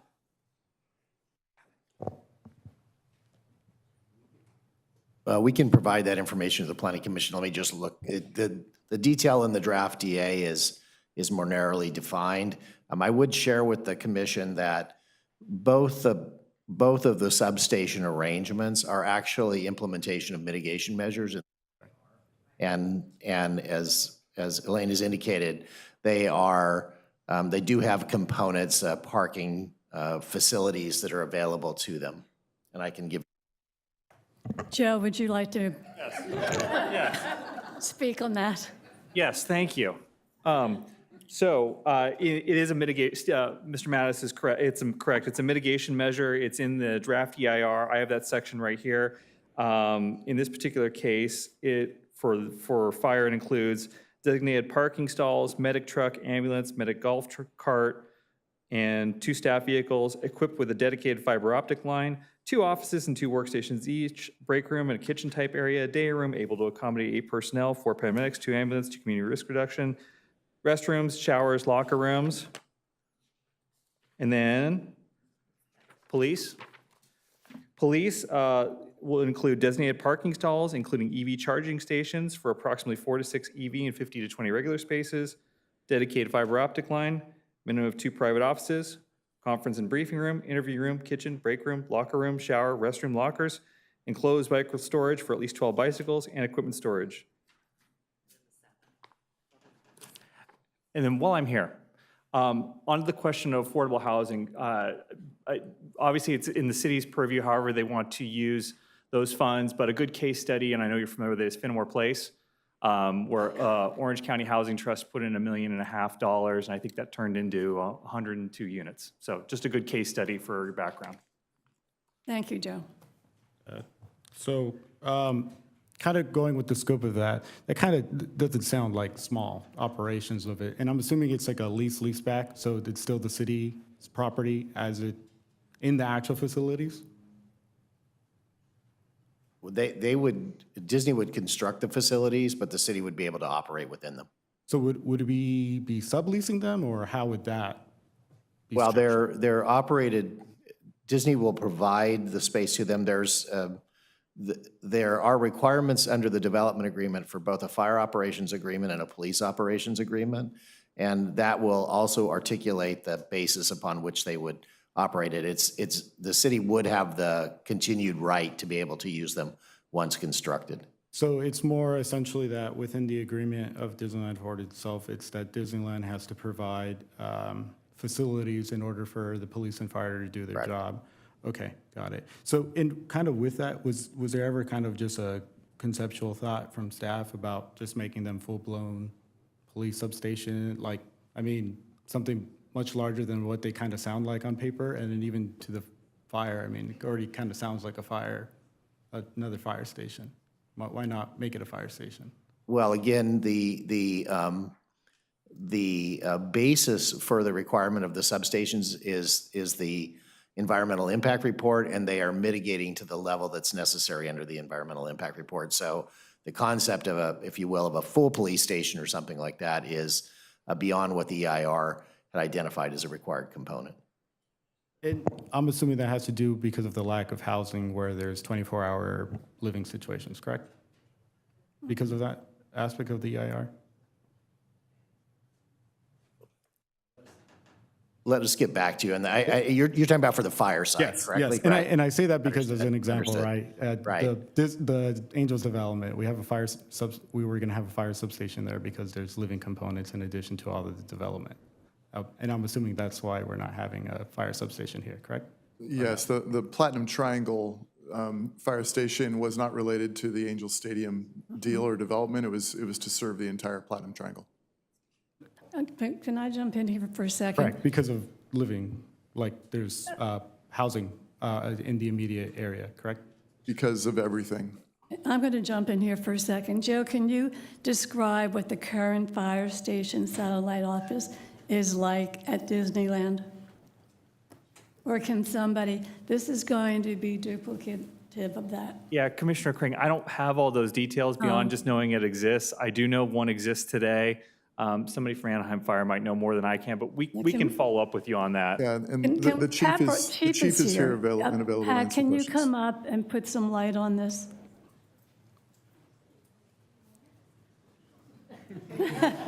Just jump over. Straight to the top on this. Go straight to the top on this. Welcome, Chief. Thank you very much. I'm sorry, what question, as far as what our current, Yes, can you describe what your current facility for the fire satellite is at the Disneyland Resort? so we currently do not have a satellite station But you on do Disney have- property. We have 2 paramedic units that are under contract for a certain amount of hours a day that respond out of our Fire Station 3 and our Fire Station 6. So going in these conversations, we talked about having a substation, and to your point, sir, over there, the large piece was they would be occupied during park hours with some flexibility there, and then in the evening, they would go back to stations around the area and respond out of there back into the park in the evening if they needed to, like they do now. And what do you envision the substation or satellite office will be in the new development? Vision it much like it was spoken, basically everything except the ability to house firefighters there on a 24-hour basis. So probably not sleeping arrangements. Everything else would be there so they could respond from inside the park to different areas as opposed to going out on the streets and around because of the traffic challenges. Okay. Does that help? Yes, that does, actually. So I think I can move on to my next final question for staff. Thank you, Pat. Thank you. In terms of the streamline of the Disney Vacation Club, that includes the, what are they called? Timeshare or resort villas? I don't know how they're legally worded. Does that also include the big 3 hotels? The Pixar, Grand California, Disney Hotel? You're asking if those 3 existing hotels could convert their hotel rooms to Disney Vacation Club? Or, yes, I mean, that's the most direct way, but even, is there any arbitrage or any way that any of those rooms can be activated through that Disney Vacation Club? So the development agreement has a minimum number of hotel rooms that need to be maintained, and that is 1886. And then there's also a commitment that Pixar Place would also remain as a hotel for a period of time. The The vacation resort units that could be constructed by Disney, similar to the ones that were recently opened, those would all be subject to the transit occupancy tax in lieu agreements to ensure to the greatest extent possible, essentially the same kind of revenue streams that the city would have received from TOT. Got it. No, that makes sense. So with that, because there's obviously I think it's like the overall entitlements for the total Disneyland entitlement is like 63, 65%, something like that. So there's obviously going to be increased parks, increased hotels. So there is essentially a way for them to convert those hotels as long as they keep the baseline units that they need. Yeah, the idea is that they could construct new units. And so rather than converting, Disney has a commitment not to convert some of them for a period of time, but the commitment is a numeric commitment. It's 1886. So in theory, some rooms could potentially change, but the idea is that the new vacation clubs would be constructed and that those units would have the TOT in lieu requirements associated with them. Got it. That makes sense. Okay. No, that I think that answers my question. And then actually final question, because now that actually popped into mind. When they do construction of new hotels and whether they exist for 40 years or 50 years as an example, right? Let's say Pixar Hotel's not there 100 years from now, 50 years from now, 30 years from now. When they construct new hotels or new timeshares, villas, whatever you want to call them, for their parking demands or their parking metrics, I know that's already included into the entitlements, but how does that work in terms of the approval process, or how, in terms of reduction? Like, as an example, I could see in the future, 30 years from now, as more cars become electric, that you'll have automated parking stalls. And so you see these in a lot of boutique hotels where they either do the lifts or they do creative parking functions. And so that's kind of where my baseline questioning is at. Because obviously, like the way like they do their resort villas are not quote unquote typical, like we would see villas out in destinational vacations. So they have to include some type of like multimodal parking aspect, from my understanding. I'm going to address something that you said towards the beginning of your question, because you said something about the hotel room parking is kind of part of the whole package. And the amount of parking that's identified in the plan for the east parking area and west parking area is for theme park related use. So as a new hotel would come in, they would be subject to the zoning code parking requirements for hotel rooms. So there would be new parking beyond what's described, what I described in the presentation for theme park uses. There would be new parking provided for new hotels. But your additional question had to do with like lifts and other options. They could, I mean, some hotels in the resort area are utilizing lifts. What we would be looking at is the number of hotel rooms and employees to come to a number as to the number of required parking spaces.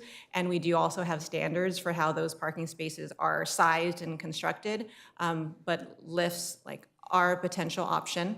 If there's valet, for example, like we wouldn't allow hotel guests to operate a lift. But did you have more to your question that I missed? No, I think you answered it with everything. So thank you. I think those are all my questions for staff. Thank you. Okay, Commissioner Henninger. Thank you. I have another one that occurred to me as we're discussing this. This is either for staff or for the applicant. Do we know when we expect construction to start on any of this?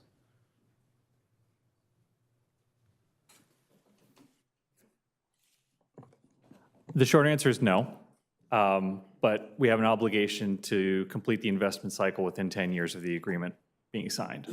Okay, So, that's somewhat helpful. Thank you, Joe. yes, I know, I apologize. Yeah. So sometime between now and the next 10 years. If that's the answer, that's the answer.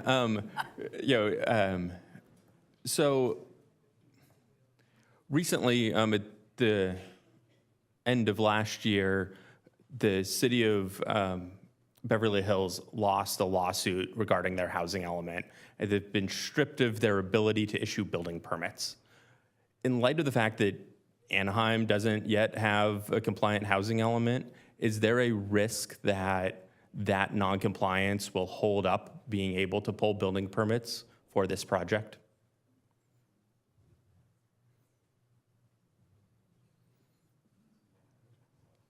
You want me?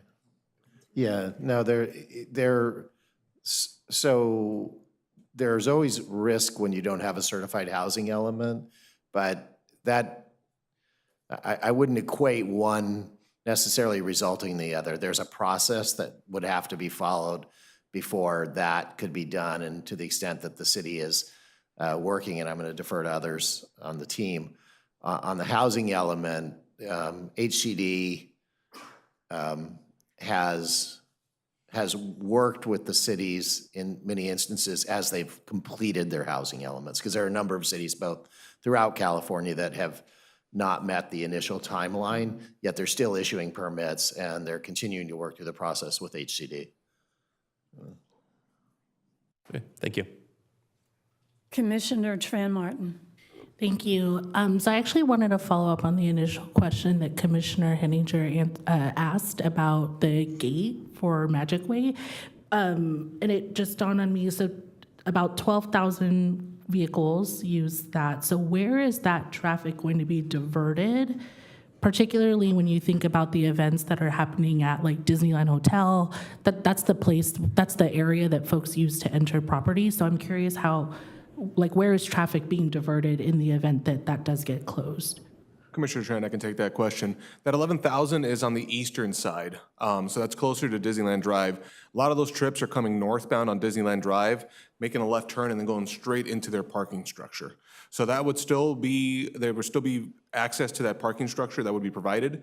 On the west side of Magic Way, that volume is a lot less, to the tune of about 2,500 to 2,800 cars a day. So the 11,000 is on the eastern end, and again, as it was presented earlier, majority of them are Disneyland-related vehicles, and on the western end, it's a much smaller number of vehicles. Okay, thank you. Commissioner Perez. Kind of following up with Commissioner Martin's comment, I kind of feel like Magic Way is kind of like Douglas Road from the Dutch development, but I think the differentiation for me is, at least I think with Douglas Road, even though we cleared out the movement, we also allowed for traffic flow to increase. And I think Commissioner Martin brings up a good point about there's other usages at the Disneyland property where people don't necessarily go into the actual Disneyland resorts. So I think that's a good point, but and kind of with that, if we could kind of figure out, and I get it, right? Like, of course, 99% of it would be Disneyland use. Like, you're only in that area if you're really gonna go to Disneyland or if you're gonna do something around that area. But that's to the point. You're gonna go to the Anaheim Resort Specific Plan, or you're gonna go to the Disneyland Resort Specific Planned area, not necessarily the parks itself. And I think that's the one thing where I think with Commissioner Martin bringing it up right now, I think it's a pivotal point that I think we need to address. Whereas Hotel Way is a driveway, and even with Clementine, by us not approving it, they would have, eventually a development for what is currently probably the most affordable housing is available in the city. So it's just, for me, it's a little hard to stomach that, because I think the other thing with it too is, even though the argument or the fundamental point of it is that it was approved in the 96 agreement to be a diversion for traffic, we've obviously seen how patterns and habits have changed. And we see that a lot in our roadways, and especially when we address them, and there's been, I think, multiple developmental items where we've had the issue of traffic. And I think that's one way where I think we still need to, not to say that I'm going to be approving or not approving something on a rendering, but I think there should be a more fundamental understanding of what they're going to do with Magic Way in terms of their operations. Because I get it, there's still paramedics, but is that for the use of its life, or is that going to change at some point?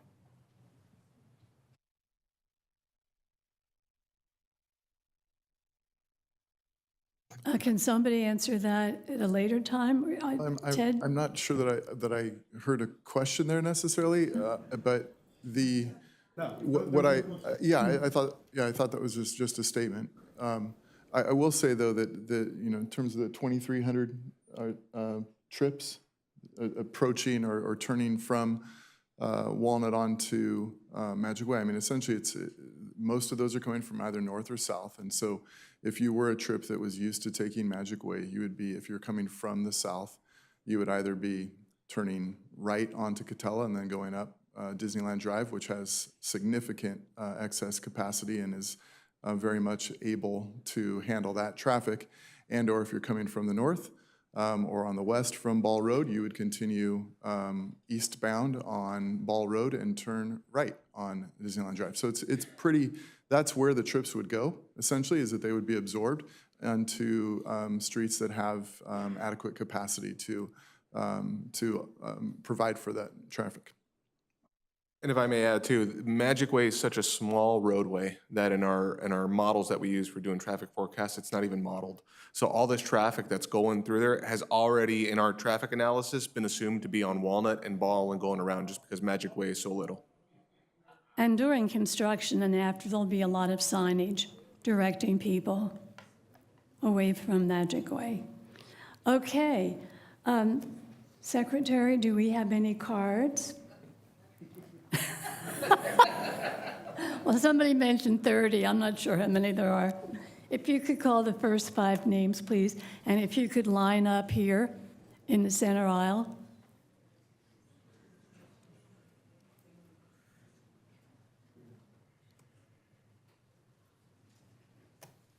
Maybe there aren't any.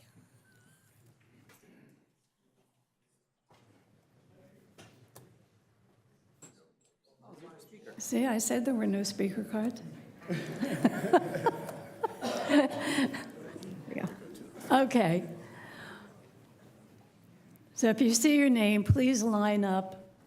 So while the secretary is coming back, will the first 5 speakers go ahead and line up? Dale Janish, Lori Ball, Francis Notabloom, Richard Lisario, and Paul Sanford. Welcome, Dale. Oh, good evening. I live at the intersection, basically Magic Way and Walnut. I live just off Walnut there in the condos. And basically, I support the project. And it's basically letting Disney build what they want to on their own property that they already own. And I mean, I would support it if it was a different business even.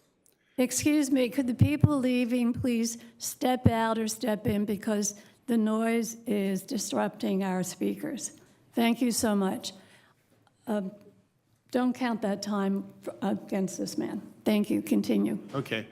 So it's a win-win, I believe, for the city. I mean, it's not costing the city anything, and they are getting extra tax revenues, they're getting extra things for parks, for police, for a lot of different services. And Disney's really supported Anaheim a lot in the past. I'm part of the Disney Volunteers also. We actually put a park in. I was the lead on a park over in the old Jeffrey Lynn area. So we've done a lot for the city. So that's the first part. The second part is the closure of Magic Way, which is across the street from my house. So there's 4 closures, 2 of them are driveways, which shouldn't bother anybody.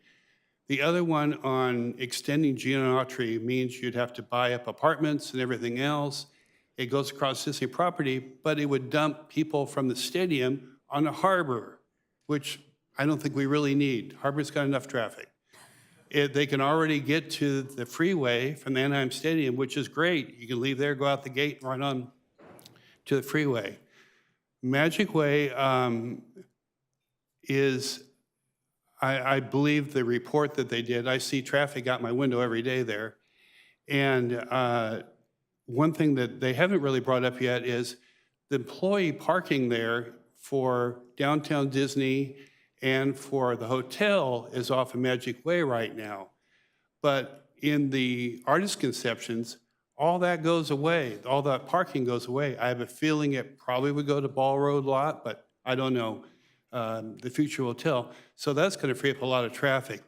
But if that is blocked off, there are a few people who are going to be inconvenienced when they scoot through there early in the morning, according to the report. But also Commissioner Kurtz said they are improving Ball Road, the intersection. They're improving the traffic on Walnut also, and they're having a meeting on that on Saturday. So that's all going to be fixed to make it easier to get up and get over to the freeway. So that's another thing. Putting some type of restriction there would also separate Disney Resort traffic from Anaheim residents traffic and try, so they don't go through there.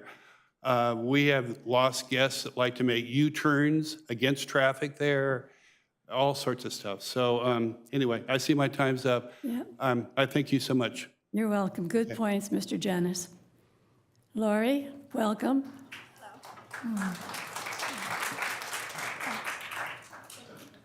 Please pull the mic down to your mouth. Oh, okay. Thank you so much. My name is Lori Ball, and I'm here with my husband, Tim. We both have participated in the Disneyland Forward meetings regarding the expansion project of the Simba parking lot. We live directly across the street from the Simba parking lot on Walnut and Catella. We have lived in our home for 43 years, and during that time, we have seen the beautification of Walnut Street, which we contribute to Disneyland, being a stone throw away from our neighborhood. When Disneyland Forward sent out mailers requesting neighbors to participate in meetings regarding the expansion, we were extremely eager to be involved. We looked forward to learning more about the proposed expansion and also the opportunity to voice any of our concerns regarding the plans.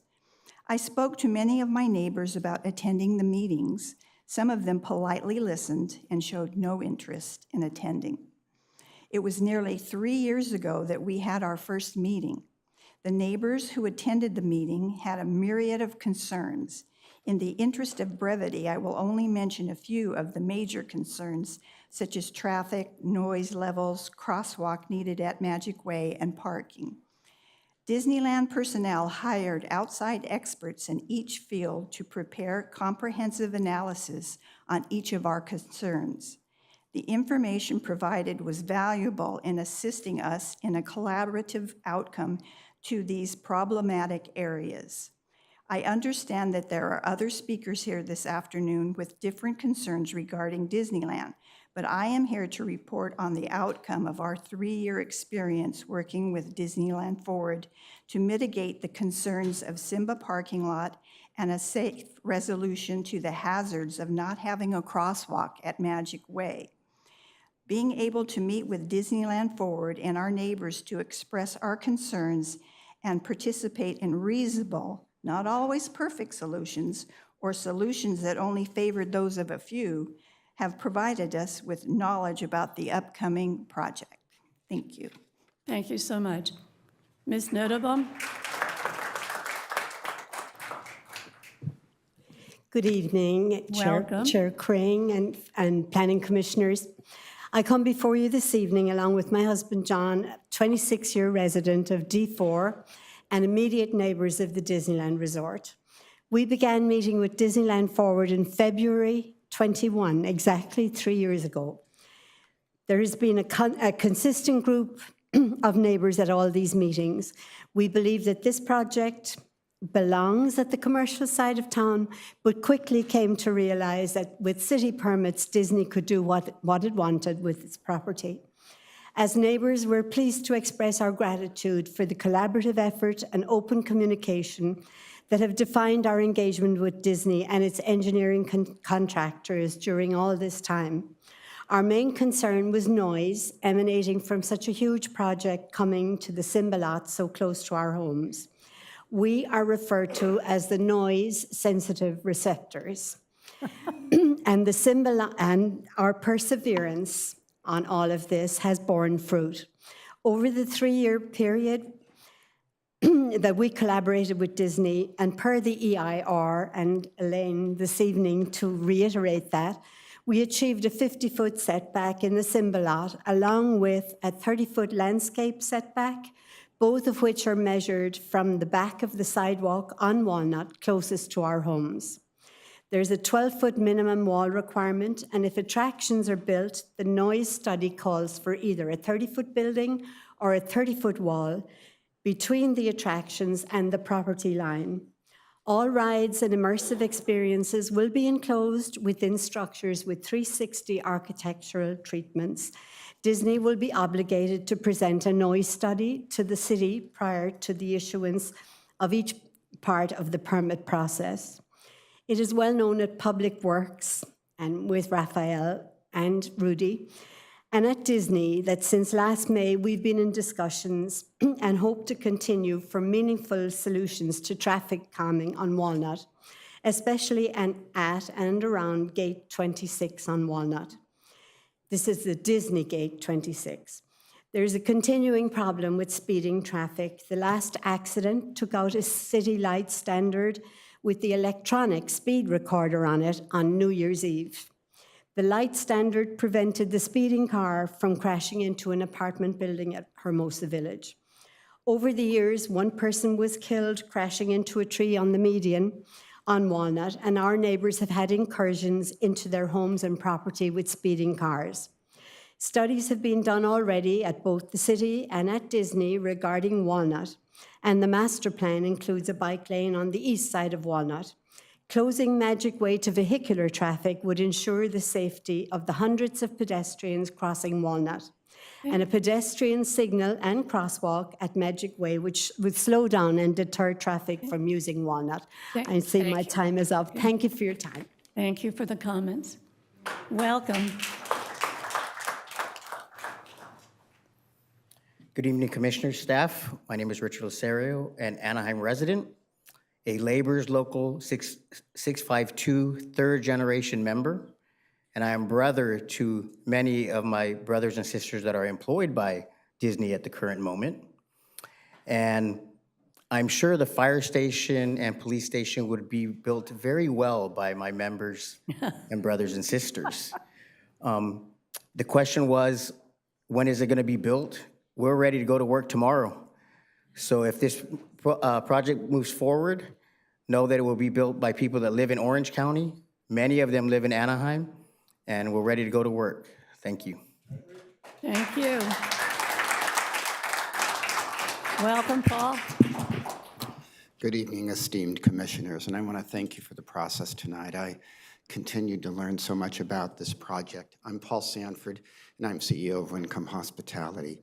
We love our businesses in Anaheim. We're throughout Orange County, but have really been impressed with the entire process on Disney Forward. I'd like to break my comments down into a few tonight. First of all, we are in support very much of the Disney Forward project. I've been in the Anaheim Resort working for over 30 years. Each time I've seen Disney undertake a project, it's turned out fabulous. It's improved the resort, it's improved the residents. Area in District 4, it's improved the general fund, and it's kept Anaheim the viable community, which I've elected to stay working in for most of my career. So I absolutely am support. I've been part of the meetings. There's been some good news. There's been some not so good news, but the project is incredible. And overall, from a majority standpoint, we are lucky to have Disney investing in California.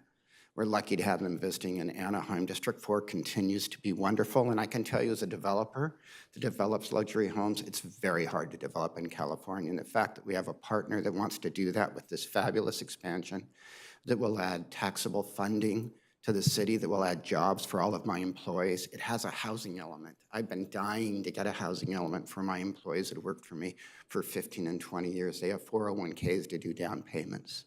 The project's absolutely amazing. Disney has done an incredible job, and city staff has done an incredible job. And I'm enclosed with saying what a privilege it is to be a business person in Anaheim that's working with a city that works so closely for its residents, for the good, and also for its community to make sure Anaheim stays a viable place. So I thank you all for the consideration. I look forward to some good news coming in the future. Thank you. Thank you, Paul. Welcome, Mr. Bowe. My name is Hai Vo. I'm a resident of city of Anaheim for over 20 years. I live right next to Walnut Street, a neighbor of Disneyland. I'm here tonight to support Disneyland Forward. The reason I support Disneyland Forward is because it will generate over $200 million in additional tax revenue. This will help the city to improve any service for our residents. Without these tax, we maybe end up like another city. Our sales tax will, instead of 7.75, may go up to 10%, right? Because we need money. Disneyland Forward will help us on that. On the other way, for Magic Way, I live right there. When I need to go to the I-5 freeway, the way I did is this. If I need to go south, I go on Catala, past Haster, go south. If I go north, I still go on Walnut Street, but I never turn on to Magic Way. I go straight past Ball, go straight to the end, Walnut, turn right to Manchester, go to Lincoln Avenue, go to that entrance right there. It's a lot quicker, faster. So to me, I support Disneyland for the Magic Way. Thank you. Thank you, Mr. Vo. Welcome, Beverly. Good evening. Thank you so much, commissioners. I want to start off by saying I was a zoning commissioner for many, many years back in my hometown in Illinois. So I know exactly what's the weight on your shoulders and how important this decision is. And now currently as a resident in Pepperwood, right at the corner of Walnut and Cerritos, I am pretty well versed in how the traffic is on Walnut. And I will tell you, there's a little 4-year-old right behind me that is one of the main reasons that we need to make sure that Disneyland Forward happens. Because every time I take my granddaughter across the street to Disneyland, we shouldn't have to play whack-a-mole and wonder if we're gonna make it to the other side. Right. And when we get that crosswalk, it will be fabulous. The second thing I want to mention is that Magic Way being open currently is creating this problem with people that are breaking the law. They turn right, they go up to that pass-through that's supposed to take you into Kaleidoscope, they make a U-turn. There is a no U-turn sign there, but they do it time after time after time. You get rid of the access onto Magic Way off of Walnut, and you stop that. And the cars that do go all the way into Kaleidoscope are coming all the way down, sometimes all the way down to me, and going back out onto Cerritos. And we don't need that additional traffic in those two condominium communities. So the closing of Magic Way would be a good thing, along with Disneyland Forward. So thank you. Thank you so much. Good points. Welcome, Laura. Hi, thank you so much for letting me speak tonight. As a little girl growing up in the suburbs of Chicago, I watched my mom dream of California living, with the North Star being Anaheim, and it is the home to our favorite place in the world, Disneyland. After years and planning and big moves, my family finally made it to our Mecca, Anaheim, California. Being able to live in Anaheim and support Disneyland Forward has been both a passion project and an honor. Great pride goes along with adding significant revenue and tourism to our community, as well as it brings more magic to families for decades to come. Specifically, the crosswalk proposal for Magic Way and the Pepperwood community would truly positively impact the residents of the community getting to our favorite place and making magical memories. I understand the research was done to showcase that Magic Way doesn't have significant car-through traffic, therefore giving the inevitable opportunity to further enhance the community and for Disneyland. Statistics show very few non-Disney related cars turn on that street. However, I can assure you that the same area has hundreds, if not thousands, of footsteps daily, and our community and tourism access that resort. For this reason and many others, it is critical for Anaheim to move the Disneyland Forward project to be approved. Respectfully, I urge the wonderful city council in front of me to move swiftly with this plan and not to be influenced by one or two people who are currently misusing the street to try to save seconds from their commute, as it was never designed to do that. between the high-speed limit on Walnut, limited current safe crossing options, and sheer amount of community members working across the street, this crosswalk will save time, most importantly, preserve safety of our residents, visitors, and ultimately, it will save lives. Just last year, there were multiple issues on the street, lighting being out on Walnut because criminals were digging up the copper generators, therefore rendering them non-functional. With Disneyland Forward, there will be more visibility, along with more lighting paths and safer ability for residents, as well as save money for the city and future repairs, a win-win. I'm proud to call Anaheim our home, and even more boastful to share my passion as a resident for the Disneyland Forward project. Now is the time to take action needed to promote Anaheim's approval of Disneyland Forward so we can continue to have the growth for this city, follow the wisdom of the great Walt Disney, as this magical place will never be complete as long as there's imagination left in the world.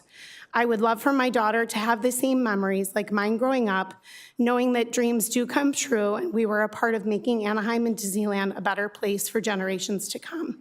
Let's make Disneyland Forward a reality and benefit from the magic that it will give us. Thank you so much. Thank you. Welcome, Mr. Ransom. Good evening. My name is TJ Ransom. I'm the general manager of the Courtyard Anaheim Convention Center. On behalf of my staff of Anaheim residents who work for our team, I urge you to support this measure to continue making our city a premier destination for visitors to Anaheim. As said before, Disney and the city have partnered on several occasions, and every time Disney has proven to be a good partner for the city, and for jobs and for the city of Anaheim. This project will continue to inspire renovations for our existing hotels throughout the city, and is also very timely, obviously, as the 28 Olympics quickly approach. What a great way to showcase our city to the world, to let them know of all of the great new things that will be coming to Anaheim. Thank you. Thank you so much. Welcome, Ms. Burrows. Hello, and thank you. My name is Emma Burrows, and I'm the Director of Member Services for the Anaheim Orange County Hotel and Lodging Association, or better known as AOCHLA. Tonight, I'm here to speak on behalf of AOCHLA and its nearly 80 member hotels throughout the city of Anaheim, especially those in the Anaheim Resort who would be particularly impacted by Disneyland Forward. The membership and board of AOCHLA remains in strong support of the project. It's not every day that the city has an opportunity to make landmark planning decisions that will demonstrably improve the condition of the city, but today is certainly that opportunity. What Disney is asking for here is clear, straightforward, and makes sense. And it's important to note, it doesn't ask for anything which is not already allowable under the approved and existing plans. Over the estimated lifespan of this project, these proposed changes would see the current Toy Story parking lot and the properties south of Disneyland Hotel reimagined. They would come alive as the site of potential entertainment, dining, shopping, and hotel attractions, as well as new themed lands as part of the Disneyland Resort. Parking would transfer to other existing and newly approved parking sites, and there's a tremendous potential here in terms of jobs, especially for local workforce or skilled and trained labor during the lifetime of construction, as well as permanent jobs once facilities come online. This project is incredibly exciting for the hotel community here in Anaheim. And of course, the tax benefits to the city throughout sales tax and TOT generated will be significant and will enable the city to continue funding important city services. Commissioners, there's no good reason for not supporting the Disneyland Forward project, and to reiterate, AOCHLA supports it and hopes that when it comes time for you to vote to approve, you will make this one step closer to becoming a reality. Thank you very much. Thank you. Well, welcome, Mr. McDonald. Hi, James McDaniel. I'm the general manager of the Clementine Hotel and Suites. I strongly urge everybody to approve this measure for the Disney Forward project on behalf of our staff and our guests. You know, Disney's done such an amazing job in Anaheim, and I'm just so excited to see what they come up with and what they develop. You know, it's such a special place for so many people, brings so many, you know, great memories, and, you know, you would hate to see us lose some of the great rides and the amazing layout that the park has. because we don't have space to continue growing. We have a great opportunity here, and I certainly hope that we seize this opportunity and pass this measure. Thank you. Thank you. Welcome, Mr. Patel. Mr. Patel's my father. I'm Bharat. Oh. Remember? A dear friend. Welcome, Bharat. Thank you. Trying to be polite. Chairperson Crane, Vice Chairperson Henninger, and honorable commissioners. My name is Bharat Patel, Mr. Bharat Patel. I'm from the Castellan and Suites, which is in the heart of the Anaheim Disneyland Resort area. And I am in support of the Disneyland Forward project. This April, our family will be celebrating our 50th anniversary on Harbor Boulevard. In that time, I've seen a lot of changes. I used to ride my bike as a kid through the strawberry fields and play tennis at Tennisland Racket Club. And now that area is a world-class resort. I have witnessed the growth of the resort and seen the positive impact it has had on the city of Anaheim and its residents. Disneyland Forward will take the resort to the next level. Like any business, Disney has many options on where to invest their capital, both within the US and internationally. With your support and recommendation, Disney will invest billions of dollars, and that's with a B, in Anaheim, creating construction jobs, permanent jobs, as well as generating over $200 million in additional tax revenue over the first 10 years of the project. I am in support of this Disneyland Forward project, and I want to thank you for your time this evening, and most importantly, for your service to the residents of the city of Anaheim. Thank you, Bharat. Thank you. Welcome, Cindy. Thank you. So good evening, Chairperson Kring and Commissioners. It wasn't, and I'm Cindy Smith from the Majestic Garden Hotel. Thank you. It wasn't too long ago, back in 2020, we had a very big reality check. Many of us couldn't wrap our brains around the new reality we were faced with. Even now, we have an occasional flashback and ask, did that really happen? COVID-19, shelter in place, thought to be only a brief amount of time, lasted over a year. Businesses were closed for a year. Sadly, some were permanently closed. The devastation and massive, the devastation was massive with the closing of the Anaheim Resort destination. It felt like a ghost town. So what did we learn?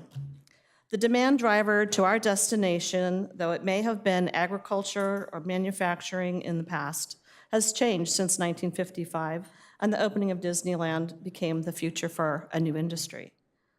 We are a thriving tourism destination and community and rely heavily on Disneyland. So Disneyland Forward, with the continued investment and the future of our destination, assures this vibrant community will continue to flourish. Just as we learned what was at stake during the pandemic, let's look at the positive benefits with the Disneyland Forward plan, with a few of my favorites. The Disneyland Forward plan will generate $202 million in additional tax revenue for Anaheim. Public safety, and was mentioned earlier tonight, protecting the community's safety is extremely important to everyone, and certainly our tourists and our citizens. The potential of $30 million extra yearly income will help to add to the police and fire departments. Affordable housing, wow, that is really inventive, I think, and innovational.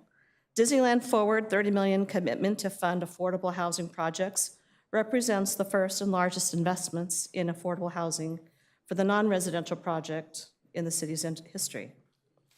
When Disney invests, the city wins. Hotel taxes represent the single largest tax resource of tax revenue for Anaheim, accounting for more than half of the city's total revenue, and to help tourism thrive and to give the visitor a reason to vacation often and stay longer. So in closing, I encourage the support of Disneyland Forward. The plan is a good one for the destination, good for the business, and good for the citizens of Anaheim's quality life. Thank you. Thank you so much, Cindy. Welcome, Tina. Thank you so much. I'm Tina Riley from Wyncombe Hospitality in the Anaheim Hotel, and I'm here on behalf of the Anaheim Hotel. I'd like to share our support for Disneyland Forward and the major investment Disney has chosen to make here in Anaheim. This is an exciting time for our community. It's not often that you have the opportunity to approve $1.9 billion in private investment into a development project, creating thousands of jobs, spurring tremendous economic growth that we'll experience citywide. As you know, Disney has a proven track record of successful delivering world-class developments in Anaheim. We're confident that this project will build on their previous successes and commitment to our community. So we look forward to the project and advancing through the approval process and encourage your support for this investment when it's before the commission for consideration. Thank you very much. Thank you, Tina. Good remarks. Welcome, Erica. Good evening, Honorable Planning Commissions. My name is Erica Gomez, and I'm the General Manager for the Cortona Inn and Suites. I'm a 10 years Anaheim resident, District 3, and I have the privilege of working in the Anaheim Resort for over 12 years. And it's an honor to stand before you today to respectfully ask the Planning Commission to approve Disneyland Forward project. This new Disney venture that promises not only to enrich the lives of our residents for many generations to come, but also bolster our economy and enhance public safety. First and foremost, let us examine the potential economic impact of this new adventure. The Disneyland Forward project is merely a place for leisure and entertainment. It stands as a beacon of economic activity, attracting more tourism and visitors from far and wide. With every ticket sold, every souvenir purchased, and every meal enjoyed within the confines of the proposed theme park, we have the opportunity to inject millions of dollars into our local economy. These flags of revenue will not only benefit the theme park itself, but also ripple outward, supporting local businesses, creating jobs, and fueling growth throughout our community. Disneyland Resort investment in the economy doesn't just benefit the company and its employees, but also hundreds of other local small businesses, such as my property, family-owned hotel, restaurants, and food suppliers, and their employees who also benefit from guests of the park and resort district. These enhancements will not only serve the theme park, but will also elevate the entire community, bolstering public safety and ensuring that our city remains a secure and enjoyable place to reside and visit. In conclusion, I urge esteemed members, the Planning Commission, to contemplate the profound benefits that Disneyland Forward can bring to our city, from economic prosperity to enhance public safety and revitalizing park spaces. The establishment of theme park promises to continuously enriching our community in countless ways. I implore you to endorse this proposal and pave the way for a brighter tomorrow and a more prosperous future for our city and its residents and for the many generations to come. Thank you. Thank you so much. Welcome, Fred. Good evening, Commissioners. Thank you very much for the opportunity to speak to you regarding the Disneyland Forward project. Thank you, staff, for all the work that you've done, and everything that you've done has just been fantastic. And you've given the Commission a wonderful view of what it is that they have before them today. My name is Fred Brown. I'm the General Manager of Desert Palms Hotel, which this month starts my 28th year in Anaheim. I was born near here, went to all my schools here in Anaheim, and I'm also the Vice President of Operations and Technology for Hanshi Corporation, who, like Mr. Patel, our company started 50 years ago this year in August. He's got a couple of months on us. The immigrant family that I work for started with nothing and built up into a nice family-owned business in Anaheim that generates millions in taxes for the residents of Anaheim. I wanted to talk a little bit about the project. I don't understand how the reduction of cars on Walnut wouldn't be a huge win for the residents on Walnut.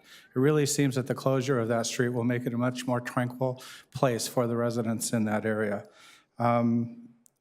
So I do support the right of Disney to be able to close that entrance into their park so that they can also reduce the traffic, and a crosswalk there would be a great benefit to the residents.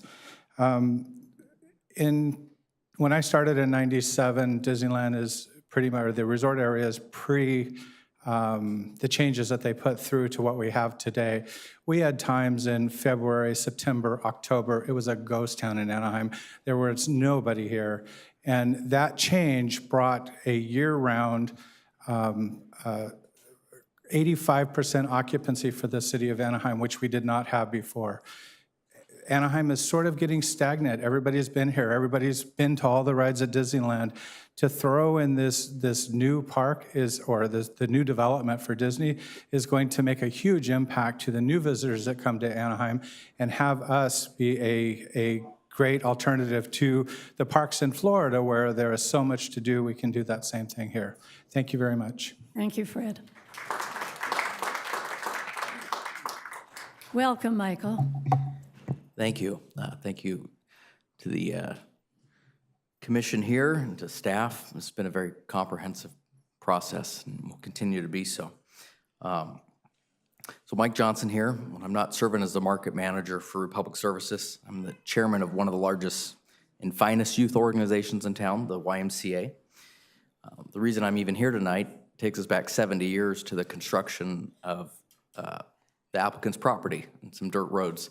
And our small company, a very small company, 1 or 2 trucks, has grown into one of the largest employers here in the city. But tonight I'm here to highlight the 70 years of community support from the applicant. In the nonprofit world, there's seminal organizations, there's foundational corporations in Orange County, and these folks are the gold standard in all that they do. For our entire 12-year history since Mayor Pearson rode his bicycle around to the business here in town, they've been there supporting us from their countless volunteer hours, that the cast members put into the toy drives, to the construction of our awesome sports park downtown here that you all should check out. They've always been there for the youth. And lately with our focus on our jobs and after-school program with youth. So I want to thank the applicant here. I'll continue to cheer on the project for Disneyland Forward, and we'll continue to support it through its completion. Thank you. Thank you, Michael.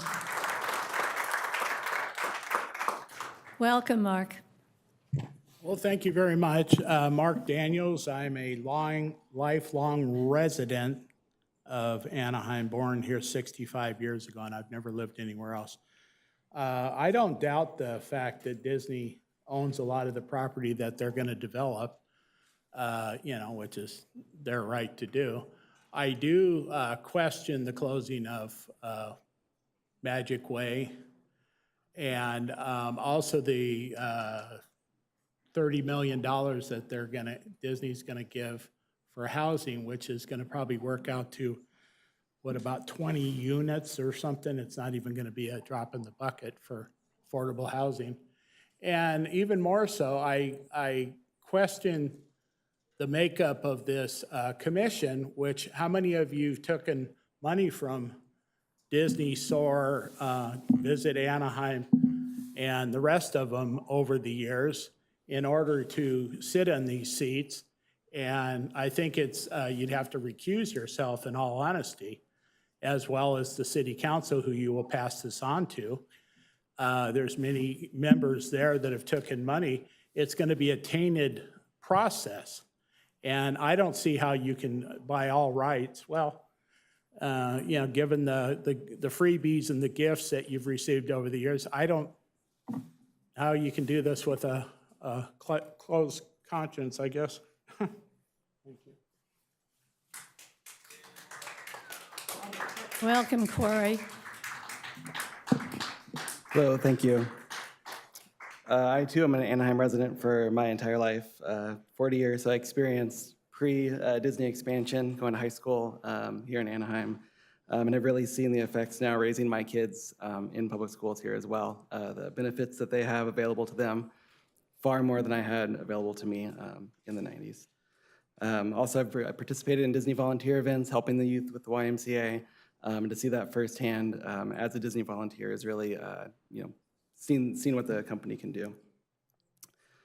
I've seen some criticism of the plan being that the operations jobs are low-paying jobs that don't mean as much to people. That's where I started my career. Was fortunate enough to turn that into a career at Disney after graduating college, and I can attest that those jobs are not meaningless, that they mean a lot and can really advance people. I also think the opportunity for the city to increase the revenue will go a long way for all residents. I live in and own a home in West Anaheim now in District 1. We don't always see the benefits that the city gets over in West Anaheim. So I'm really hopeful that the increased revenue will extend everywhere. But of course, you know, that's a matter for the city council, not for the applicant here to deal with. So I just, you know, in conclusion, there's no reason that I can see as a resident that we wouldn't move this forward. Thank you. Thank you so much. Welcome, Brent. Thank you. Chairman Kring, honored commissioners. I'm Brent Finley, president of the Anaheim Family YMCA. Some of my board members here this evening as well, speaking on regards to the positivity of this project. It's you know, being a fairly new leader in the community, it's amazing that we're moving towards being an incredible world-class city.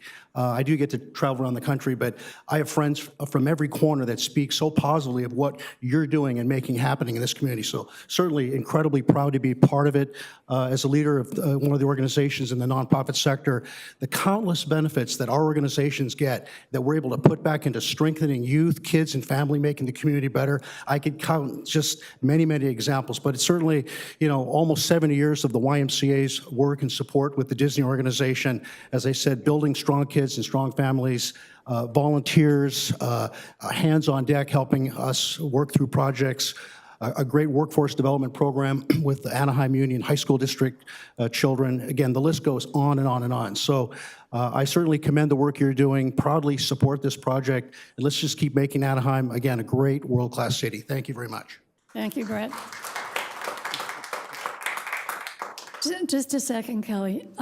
Do we have, I'm sorry, Gary, Kelly or Jessel or CJ Lewis here? Oh, your names are up on the board. Okay, thank you. Sorry. Welcome, Lucas. Good evening, honorable commissioners and staff.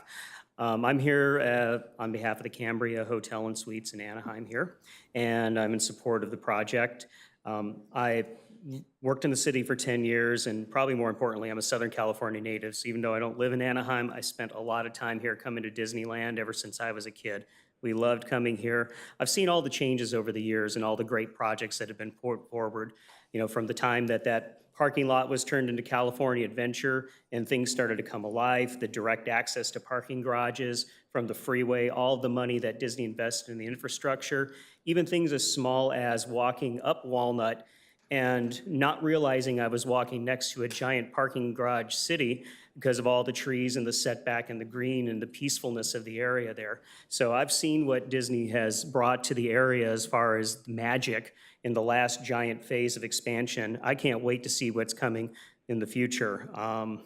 You know, again, I don't live here, I live in another city, but I've never seen a business go to so much effort to listen to the residents and to try to make things better for the, not just their own business, for the people that live here. It's not a perfect, you know, process, but, you know, again, I know a good deal when I see it, and this looks like a great deal. Investments in jobs, housing, giving, and then you give magic to the world too. Disney brings magic and brings smiles. In my hotel, I see the children with the mouse ears and the smiles on their faces all the time, and all the extra activities that makes it a world-class city. Yeah, would that convention center be there the way that it is? Would the stadiums be here if it wasn't for Disney? All those places to eat and dine and entertainment that, you know, that make life exciting in the area. So I'm in support of the project, and Thank you, Lucas. Welcome, Gary. Hi, I'm the general manager of Disney California Adventure Park. So you know what side I'm on. The support side. I'm also the former chair of the California Restaurant Association. And I'm actually here to just really say thank you. Because 30 years ago, it was the work of this group that approved the expansion at Disney California Adventure Park. And that is why I was hired. I was hired in because we knew we were going to be building a second theme park. And so I've spent 30 years here trying to find the best way to say thank you because you said yes. So I'm just asking you to say yes again because it's going to mean more revenue for the city. It's going to mean more firefighters, more police officers, 4,500 more cast members who do what we do all the time and volunteer. I've been part of 10 park builds in Anaheim. I've been part of 3 book donations at the Anaheim Library. We get a chance to do that, and adding 4,500 more people to that effort is going to be fantastic for the city. And for all my partners in our construction business, who I work with all the time, I've had a chance to help build Pixar Pier, Buena Vista Street, Cars Land, California Adventure the first time. That's what we get a chance to do because you said yes. So I'm just asking, please say yes. Question, what's your favorite ride? So if I come into the theme park with my family, I will never not go on Pirates of the Caribbean. Oh. We have some pirate fans. Thank you Thank so you. much, Gary.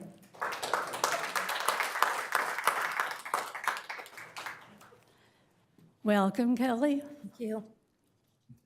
Good evening. I'm Kelly Laimana, General Manager of the Best Western Plus Stovall's Inn. I grew up off of Broadway next to the train switch yard.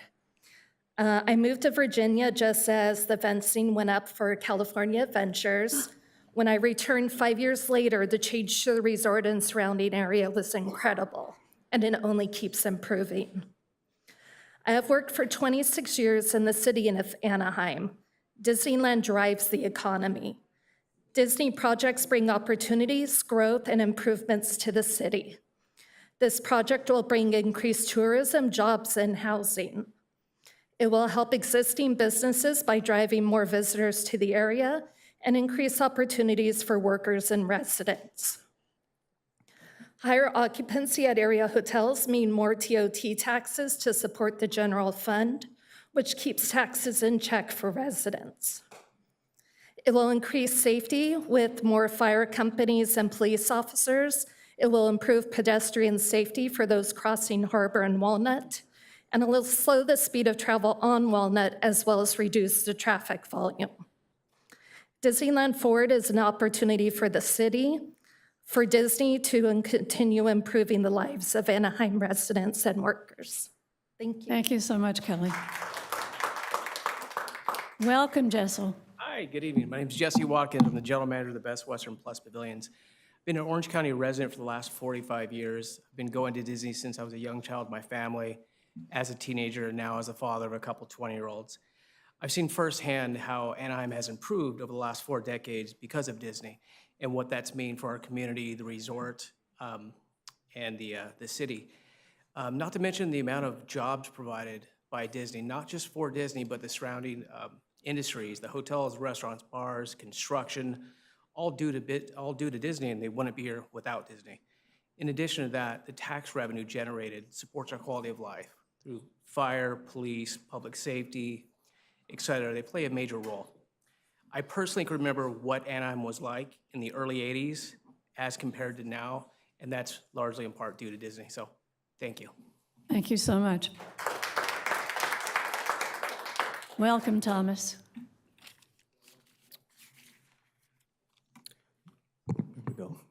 Good evening. It's great to be here tonight. My name is C.J. Lewis. I'm a fourth. Sorry, I'm so sorry. I got Oh, that's all right. C.J. Lewis. Perfectly okay. Let him start his time over. I made a mistake. Oh. I'm here tonight. I'm with Stovall's Hotels of Anaheim. I'm a fourth generationer in this city. My great-grandfather came here, Al Stovall, 60 years ago. The Stovall O'Connell family has been very involved in the community, and we continue to be. And I just want to express my support for the Disneyland Forward project. It's an incredible project with so many benefits, and it's just amazing to see the future of Anaheim and how much great it'll do for the residents and for the community. You know, it's these incredible, statistics and everything that it'll bring to the city. The general fund, the funding for the community, $202 million in TOT, provide more jobs, more infrastructure, better technology for the future.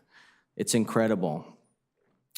I also, with the safety and security of the resort and the whole city of Anaheim, I also am on the Anaheim Police Foundation board. And when I was reading about the 44 new police officers that this would bring into the city, just more safety, more security for the future, and what an exciting project. So we're just here to express our support for it, and what an amazing thing we have coming for all of Anaheim. Thank you. CJ. Welcome, Thomas. Thank you. My name is Thomas Moxham. I'm a hyper-local resident in support of this plan. This really comes down to two issues, one of which is zoning and one of which is the sale of the public roads to Disney. I don't believe that the approval of this plan should be about whether Disney is a good employer or a good philanthropist. In fact, I think Disney should be held to the same standard as any other business, and I think that there should be better employer regulations against larger businesses like Disney. But those issues should be preferably dealt with at a separate policy level and not as part of a zoning change.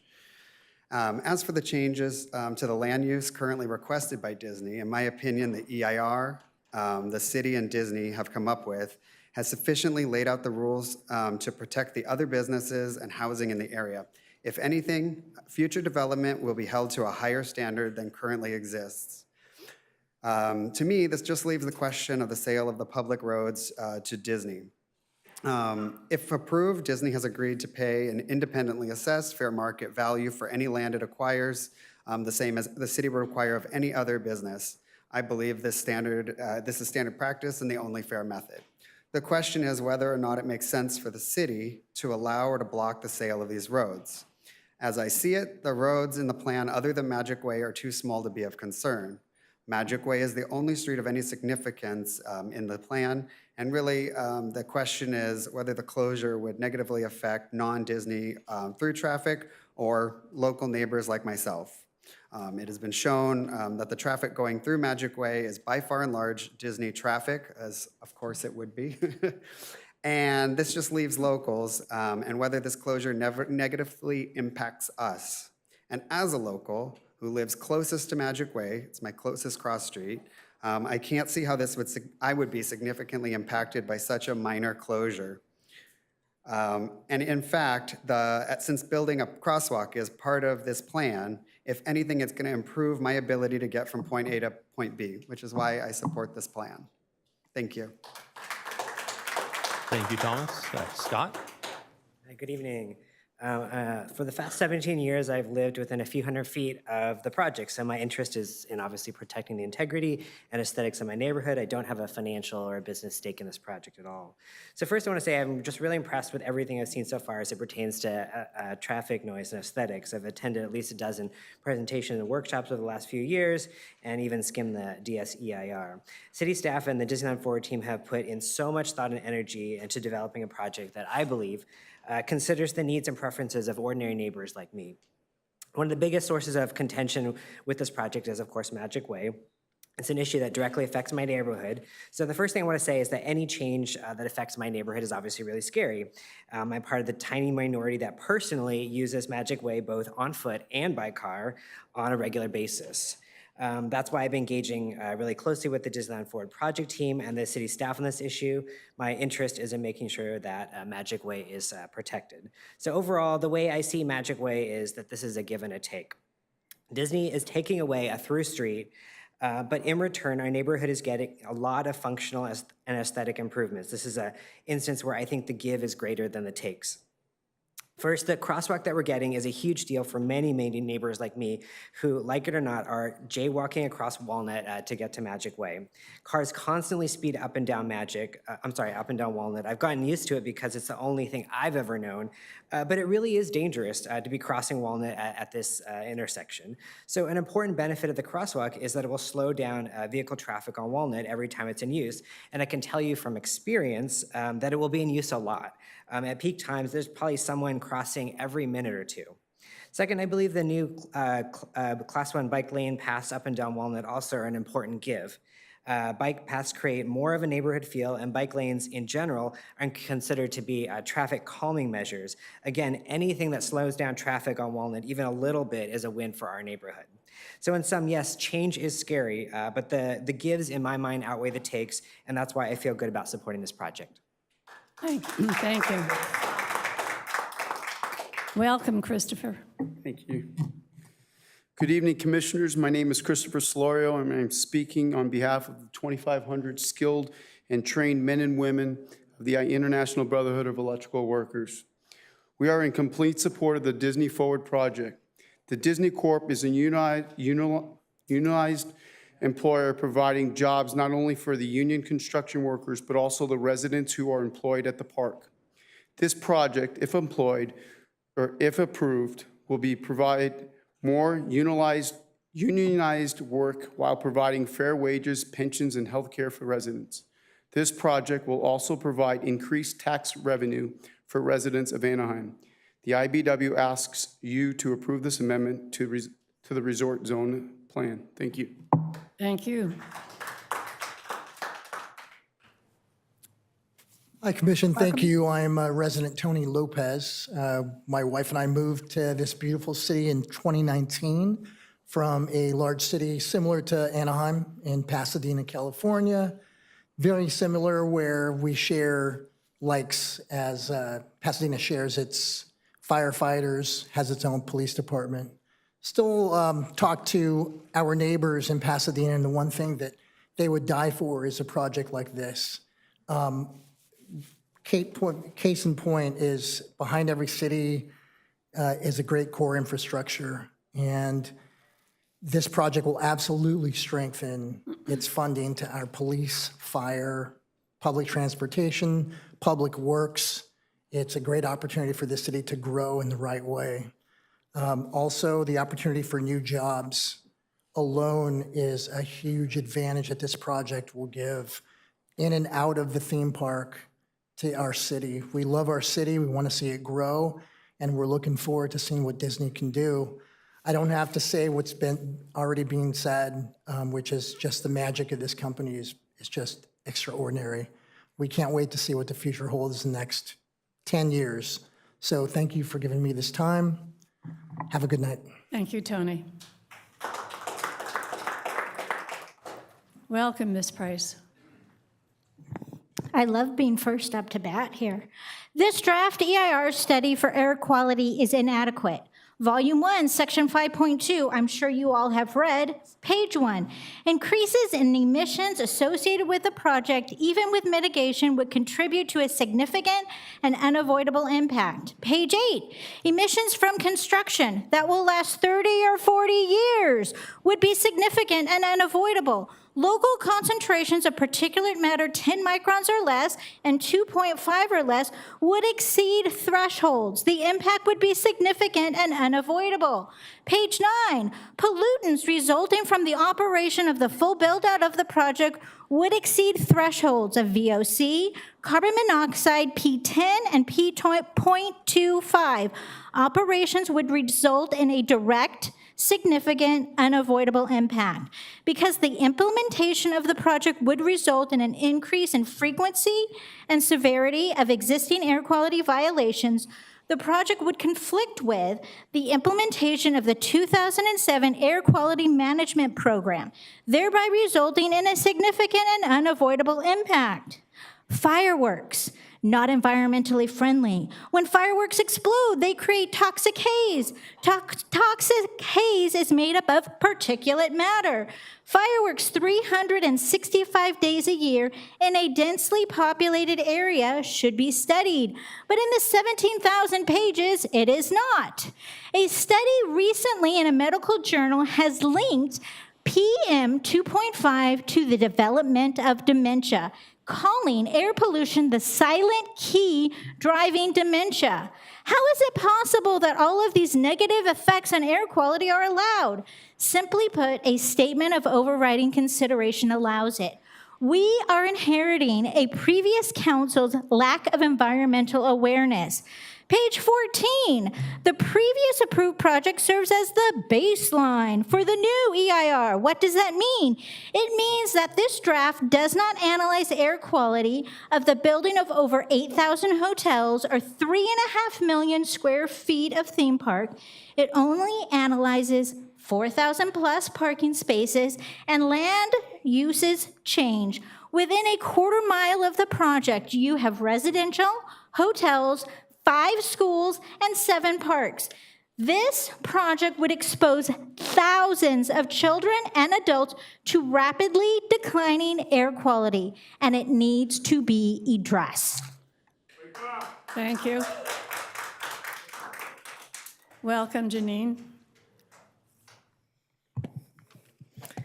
Before I start my prepared speech, I'm just curious how many of the 7 of you have read the 17,000-page EIR report? Not your staff, you yourself, because to vote on something you haven't read is not doing the job justice. I was asked that question multiple times by Joe here during meetings. Well, didn't you read the 17,000-page EIR report? So also let me point out that the reason that Disneyland has showers in their employee rooms is because 6 years ago a study was done and it showed that over 10% of Disneyland employees are homeless. So they provide a place for them to shower. Let me also point out, Joe here compared the affordable housing to Fenimore Place. Well, Fenimore Place was built for $65 million for 100 units. So $15 million will build about 23, and that doesn't include the land cost. So I would like to address the involvement of the City Council and Planning Commission in matters related to the FBI exposure of the cabal, as well as the information contained in the JL Group corruption report. Corruption in the city of Anaheim did not begin with Harry Sidhu, but perhaps with Kurt Pringle. We thought that the corruption had peaked with Harry Sidhu and the Angels deal, but it appears that Disneyland Forward is in its own league as far as Anaheim corruption goes. The city council majority has obtained their council seats thanks to Disney funds. Therefore, the majority of you, the Planning Commission, have your seats by default, also due to Disney funds. Let's talk about it. Lucille Kring, appointed by Jose Diaz, who had been elected with the help of $500,000 from SOAR, which is the money laundering arm of Disney. He claimed to know nobody from his own District 1, so he appointed Lucille, a District 4 resident, as a planning commissioner.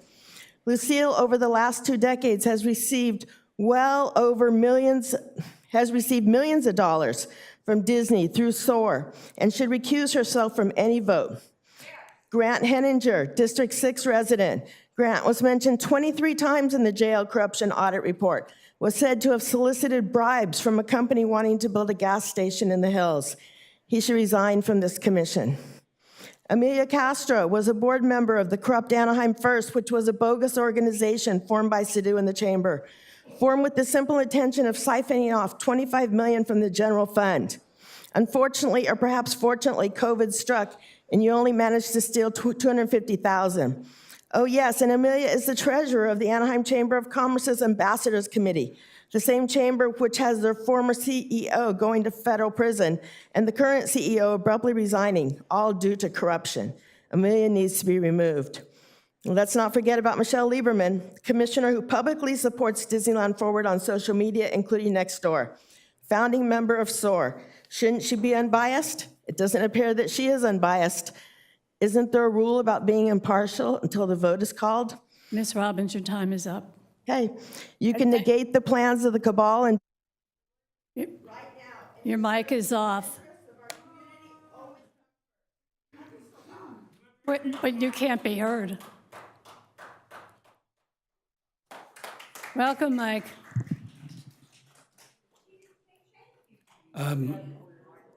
Thank you. I wish that we had the millions of dollars to convince all these people out here that Disneyland is just feeding them a bunch of BS. FBI crime, I live in the neighborhood by Disneyland, and really, the FBI crime statistics, Anaheim shows 50% more property crimes compared to Santa Ana. This statistic not only demands our attention and enlightens us to the problems of being a home to the magical kingdom, but also allowing expansion.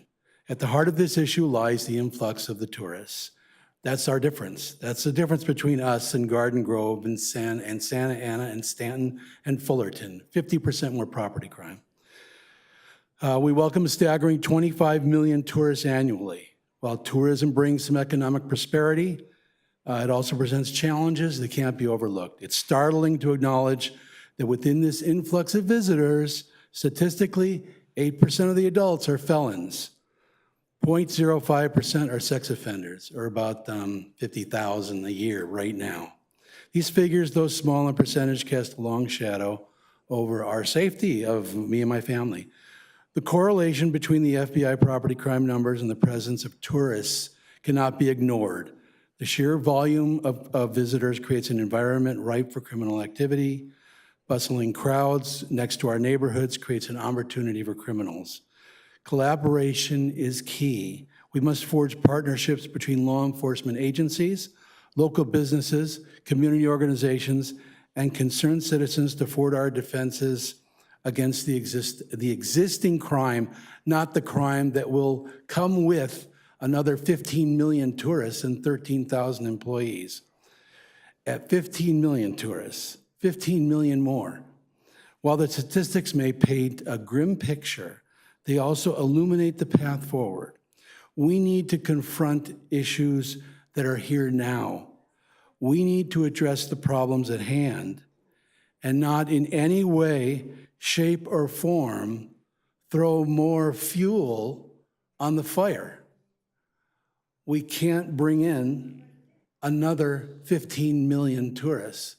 This is a very small area, 1.5 square miles. Disney World is 50 square miles. They've said it, there's the pollution, there's the crime. We live in the neighborhood. My neighbor's house was broken into. My car's been broken into twice. This 50% should be a number. It tells you that this impacts the neighborhoods. Part of it is crime. Part of it is air pollution. There are many other aspects of it. I wish we had the millions of dollars to tell all these people what all those aspects are. But we don't, they do. Thank you very much. Thank you. Welcome, Cynthia.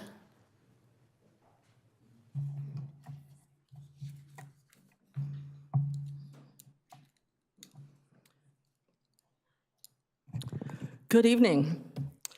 Just to answer Janine Robbins' question, yes, I have read the entire document that's before you. I've also read all the documents from the 1993 SCIR 311 to the 1997 Finance and Infrastructure Agreement. And because of my understanding of those documents, I oppose the approval and adoption of SCIR 352, as I believe it does not meet the standard under CEQA for this action. Magic Way is technically a realignment of Cerritos Avenue when it was closed and relocated about 1,100 feet north. It was a required project-defining feature and mitigation measure identified as MM 3.3A in the Mitigation Monitoring Program number 0067, approved by the City of Anaheim in 1996 and the Development Agreement of 1996, as well as the 1993 SCIR 311. In draft subsequent EIR number 352, the closure of Magic Way is referenced by reports written by Gibson Transportation Consultants, dated August 2023. Section 5.0 Impact Analysis and Appendix J2, the Gibson report does not identify Magic Way as a project-defining feature or a mitigation measure. The Gibson report failed to provide a traffic study of Magic Way. It failed to provide information on potential negative impacts for the closure of Magic Way, and failed to identify potential mitigation measures to be taken if Magic Way is closed. Since the information required under CEQA was not included in the Gibson study as part of EIR 352 and was not made available for public review during the period between September 14th, 2023 and October 30th, 2023, I believe it is inappropriate to include the closure of Magic Way in your discussion and possible approval of SCIR 352. Because I hadn't seen the traffic study, I put in a public records request for it in January. I received documents today at 4 p.m. That's how long it took. I'm still looking through them. I don't see a traffic study. What I do see is a huge stack of emails from city staff bouncing back and forth playing who's on first. None of them have the traffic numbers correct. And I'm talking Carlos Castellanos and Rudy Amami and Mike Lister, people who should know. And they're bouncing these numbers around. I'd be happy to forward these to you. Joe Haupt just stood at this microphone and admitted the traffic study he's relying on was done 3 weeks ago. Is that in the EIR? It can't possibly be chronologically. We haven't seen it. We have his word on it. We haven't seen public review on that. Where is it?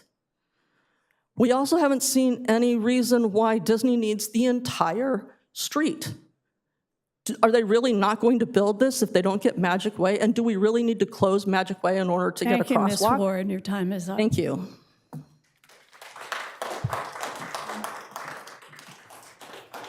Are Stephanie Marcanton, Al West Jones, and Donna Nelson, are you here? So you please line up. Welcome. Well, thank you. I think this is my first time at the Planning Commission. I'm up here to voice my opposition to the closing of Magic Way. I do use Magic Way and have regularly. But unlike a lot of people, they're going from coming down Walnut and making a right. A lot of times I'm coming up, I'm making a left to cut over because of all the traffic that's on Cattell, especially when you're having big convention and all those trucks are coming in and you have the employees pulling into parking lot. So it's a big savings of time. And like I said, I regularly use it.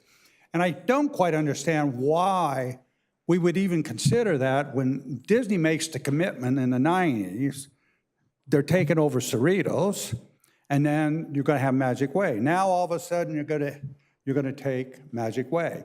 And rest assured, because I was at one of the very first of the Disney Forward meetings, they were talking about closing the whole Disney Drive there.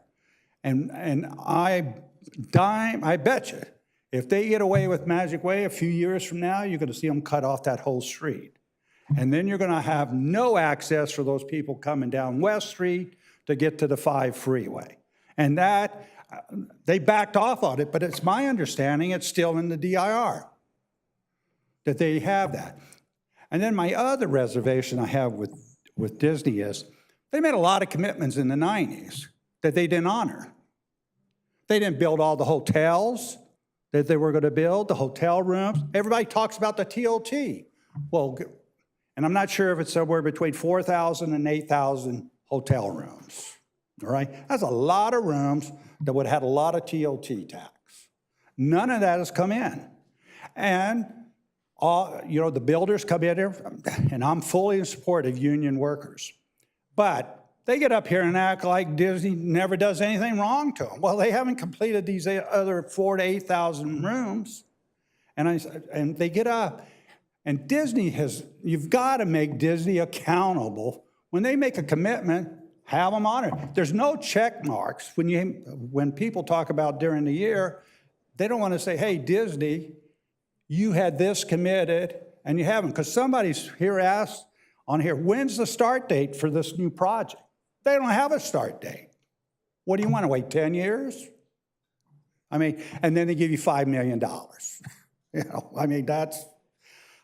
That's criminal to me, but, we'll see what happens. Thank you, but please leave Magic Way open. Thank you, Bobby. Thank you. Randy Lewis. Welcome. Thank you very much. Good evening, commissioners. Hope you all are having a good night. Hopefully you see some daylight or you get home at least before daylight. My name is Randy Lewis. I live at the Pepperwood Complex right off of Walnut, and so Magic Way is near and dear to my heart. I don't know if anybody has ever tried going up Ball Road to the 5 freeway at 8 o'clock in the morning. It's a nightmare. And somebody said, it's just an extra couple of minutes. It's not. It's 15 minutes. And the fact of the matter is, I can come off of Cerritos, turn left onto Walnut, hit Magic, and be at the on-ramp in minutes. I love Magic Way. And in a way, and in fact, straight up, I own Magic Way. Everybody here owns Magic Way. We're leaving it to you to represent us. And what, are we going to get a tax break if you sell Magic Way for $40 million? Then what? So all of a sudden, what? We get trees? We get a really nice bike lane? That's great that we've got a bike lane, and I am 100% in favor of a crosswalk.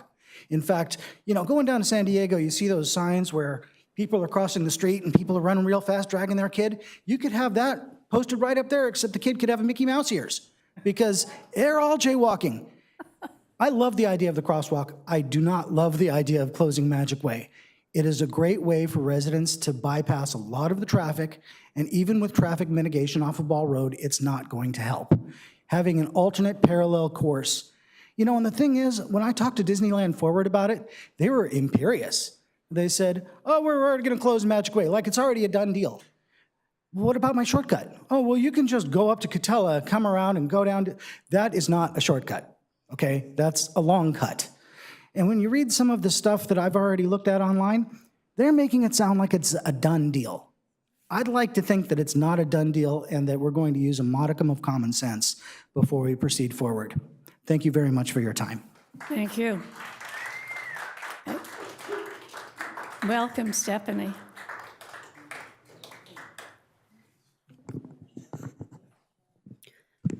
My name is Stephanie Mercadante, and I've lived near the resort nearly in my entire life, literally my entire life. I am here to oppose the approval of SEIR 352 in its current form, as it does not reflect the facts, reasonable assumptions, predicted upon facts, and expert opinion supported by facts as required by CEQA. For instance, Disney has claimed at this podium they no longer seek to alter a Disneyland Drive, but the SEIR still reflects that activity, so approval of the document would give Disney an opening to pursue the project in the future. The document should be amended to remove this option. The closure of Magic Way and elimination of a previously required mitigation measure was not studied by Gibson Transportation Consulting in the SEIR, so a public review of the facts was not offered as required by CEQA. I have spoken to hundreds of neighbors in the area immediately around the resort, going door to door for weeks, and even those who have been contacted in the past did not know the closure of Magic Way was in the project. Moreover, they did not request its closure, nor did they ask anyone from the neighborhoods to speak on their behalf to request the closure of Magic Way. This body has been misinformed, and the public record does not support the claims of Disney or the EIR. CEQA requires that findings made pursuant to Section 15091 be supported by substantial evidence in the record, Section 15091B of the state CEQA guidelines. Under CEQA, the substantial evidence means enough relevant information has been provided and reasonable inferences from this information may be made, that a fair argument can be made to support a conclusion, even though other conclusions might also be reached. Substantial evidence must include facts, reasonable assumptions predicted upon facts, and expert opinion supported by facts, Section 15384 of the state CEQA guidelines. I don't believe that leaving out traffic studies, bypassing the process to eliminate a street that had been required mitigation measure in earlier environmental documents and putting out misinformation to the public offers Anaheim's public nor our leaders the chance to rely on facts, reasonable assumptions, and expert opinions to make fair conclusions for a massive project we can't undo later. Public review of information for purposes of CEQA should rely on factual information, and I dispute that this has happened in the case of SEIR 352. I beg you to vote your conscience for the residents. We need you. Thank you, Stephanie.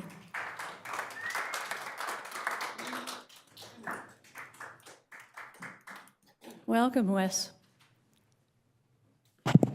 Thank you. My name is Wes Jones, and Ms. Kring, Planning Commission.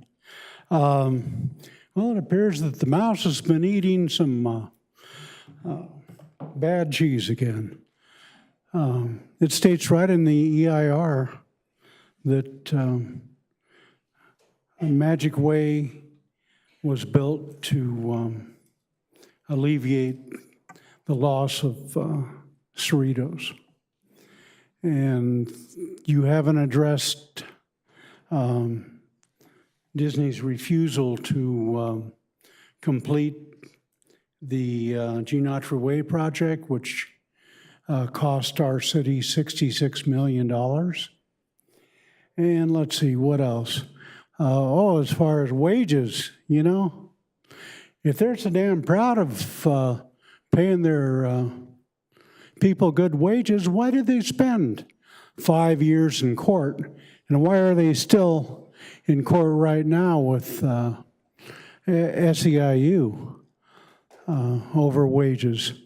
I'm very proud of collecting a lot of signatures to help the cast members of Disney. But I don't think they're as eager as they sound to pay them decent wages, because nobody's making 25 there.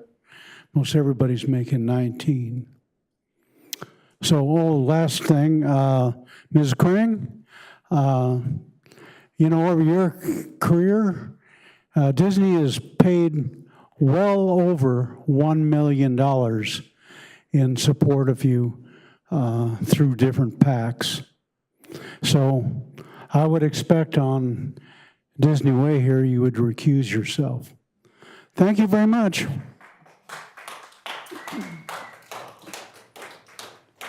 Welcome, Donna.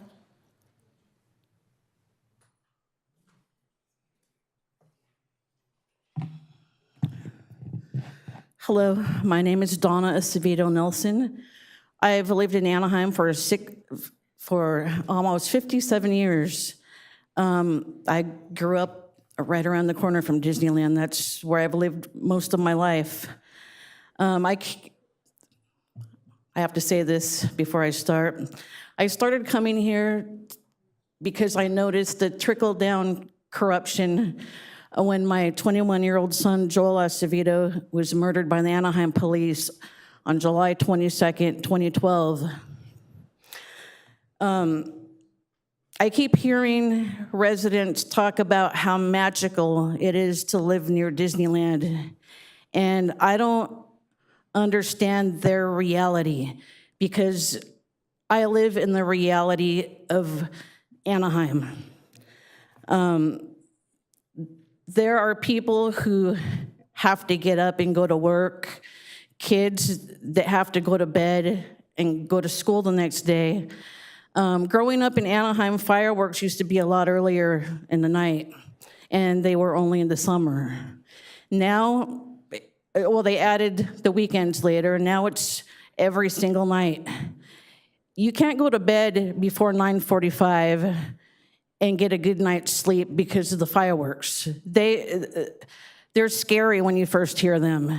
Like, you can't be asleep and hear them because, you'll think something bad happened. Disneyland is a bad neighbor. That's how I see it. There's regular people that don't work at Disneyland. They have regular jobs, and Disneyland takes advantage. They keep taking and taking. I think a lot of people have forgotten in the 80s, they tried to take an entire neighborhood. That's where I lived. They lost. And I see them still trying. The neighborhood where I grew up, it's being swallowed up. So if we don't fight for the land that they're trying to take that belongs to us, just like the Anaheim Stadium, just because it was fair value, did we want to sell it? It belonged to the people. This street belongs to the people. I still call it Cerritos. That's how long I've lived here. My mom, she still lives there. She's in her 80s. I'm sure she would be here if she could, but, she's old, and I'm here. I don't trust Disneyland. They've said they're gonna do things, and people forget about it, and they don't happen. There's never any accountability to go back, because the bobbleheads here have changed, So people forget, and they keep taking from the community. Thank you. Your time is up, Donna.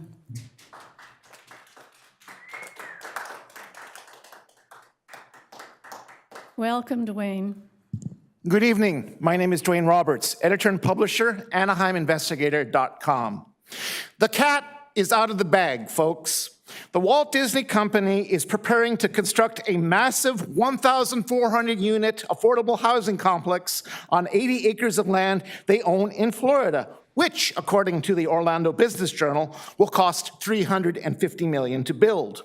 Furthermore, Disney itself says on its own websites that it will be privately financed and won't use any government funds.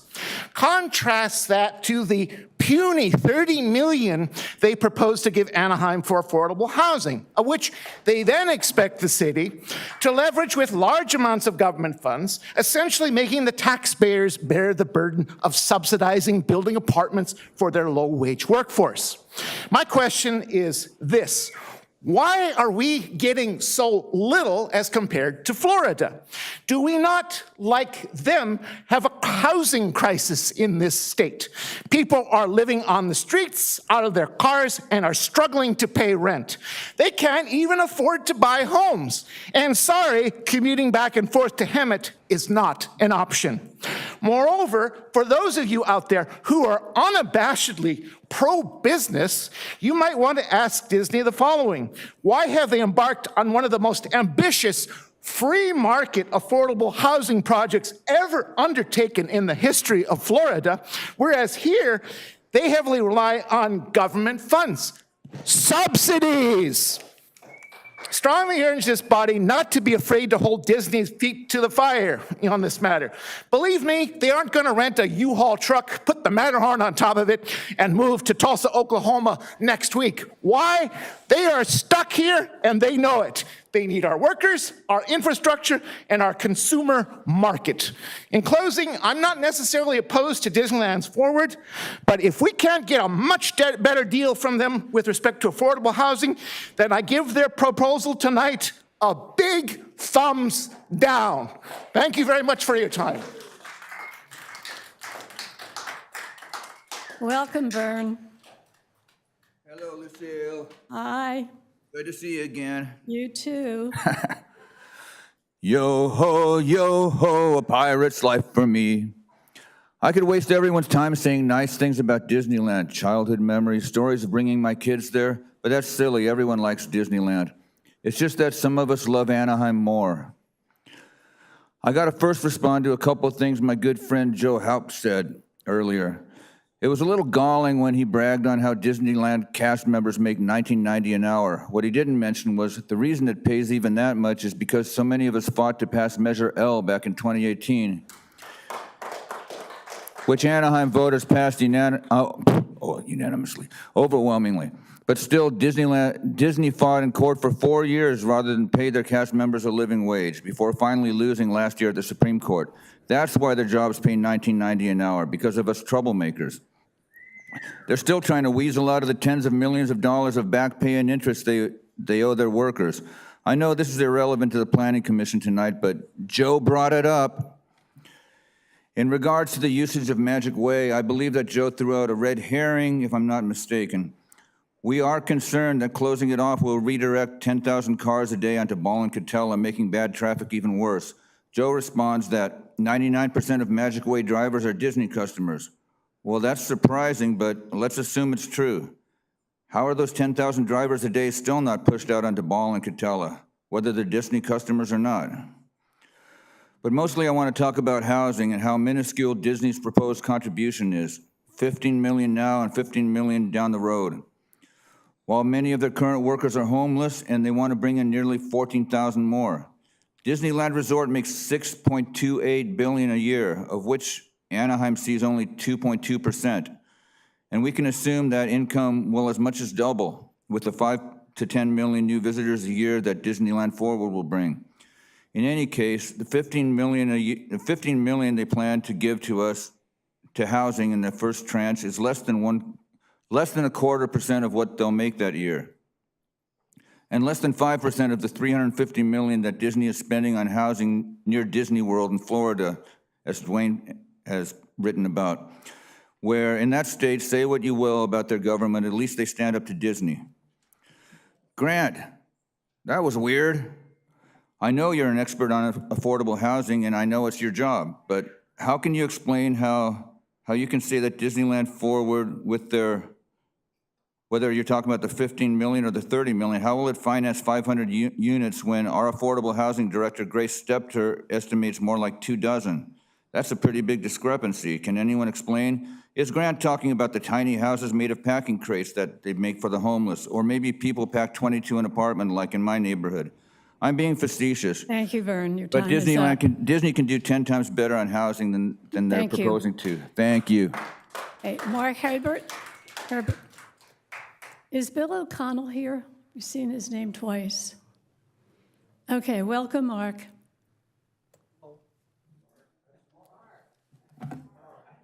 I said Mark.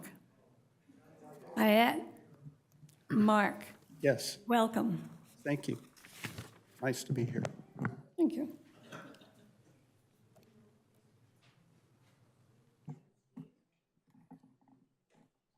I'm down 10 seconds and I had an inhale. I'm sorry, what? Can you put the mic closer to your mouth?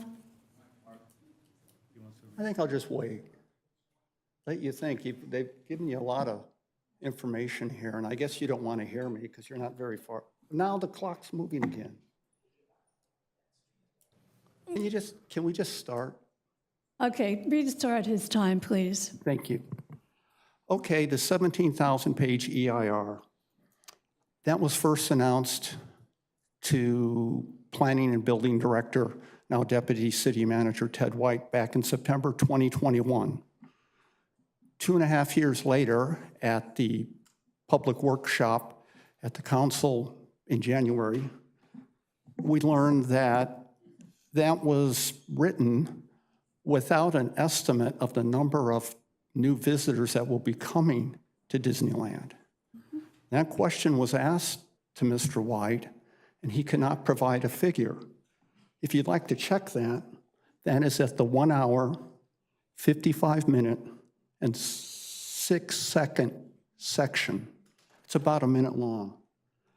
And that to me raises questions about the accuracy of the projections and graphs they have in the EIR on the various topics. Let's see, I think that affects traffic, noise, air quality, water, public safety like fire and police, infrastructure, number of new employees, and housing. Well, let's move to housing. With the lack of numbers here, I thought it would help to bring some numbers into it. So I've looked at the draft of the 6th housing cycle element. That draft is on its 3rd one between the city and the state, still waiting approval.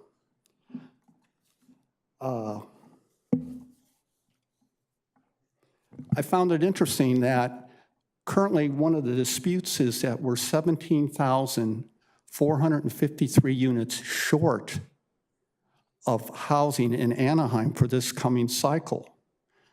That is a 300% raise in the shortage. The shortage is 5,700 units. That's 3 times as much as it was at the start of the previous housing cycle. So then I looked at the 1993 agreement where Disney and the city agreed to provide 500 units of affordable housing. Back then, we didn't have that shortage of housing units to that degree or the homeless issue to the degree we have it today. Yet today, we hear again that it's 500 units Disney is proposing to help Anaheim with. And they're going to do that with $30 million. With $30 million, taking Grace Stepter's figures from last meeting, it's $550,000 a unit, so that would be $275 million. So we're going to leverage that 9 times, $30 million. I don't see why we're still addressing our growing problems with the same number we agreed to 30 years ago. Thank you, Mr. Herbert. Your time is up. Thank you. Okay, Joe, would you like to make some comments? Thank you, Commissioner Kring. Thank you, members, just for allowing me just a couple more minutes, please. I know it's late. I know we've been here a long time. There are a couple of points of fact that I think we need to have a quick minute to rebut because we have the appropriate people here in the room to rebut them. First and foremost, regarding Magic Way, terminology I think is very important here. What was done 3 weeks ago is not a traffic study. We collected traffic counts. Somebody much more technically savvy than me can explain the distinction between those two. Any member of the talented public works staff could explain the distinction, but there was not a new traffic study done 3 weeks ago. Counts were collected. Very important distinction there. There is traffic studies for this project that were completed last year. Lastly, I'd like to invite Mr. Pat Gibson from Gibson Transportation Consulting to come up here and speak to you briefly regarding the specific point that was made that Magic Way was not considered in the operational analysis. So Mr. Gibson's on his way to the podium now. He'll keep it brief, I promise.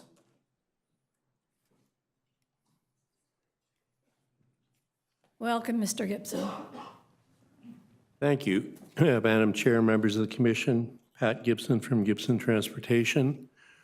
Let me start by saying that the 1991 EIR traffic study was written by me. I'm old. I've been around a long time. So we're well aware of Magic Way. At that time, it was called a relocated Cerritos, and it was designed specifically because Disney and the city and the neighbors wanted minimal connection between Disneyland and Walnut. And Disney said, well, maybe we shouldn't have total blockage back then because we didn't know what relocated Cerritos was going to operate like. The fire department and the police department said, yeah, maybe minimal connection would be good so that we still have access. Now, 30 years later, we can see what Magic Way is. As Mr. Cobain said, it's 99% Disney. It's 11,000 on this side of the world. It's 2,000 or 2,200 on the neighborhood side. We don't need that street for citywide circulation. That's the key, and that's the difference. The other difference is in 2023, the rules for how we do a traffic study, how we do an EIR in California in terms of transportation, those rules have changed.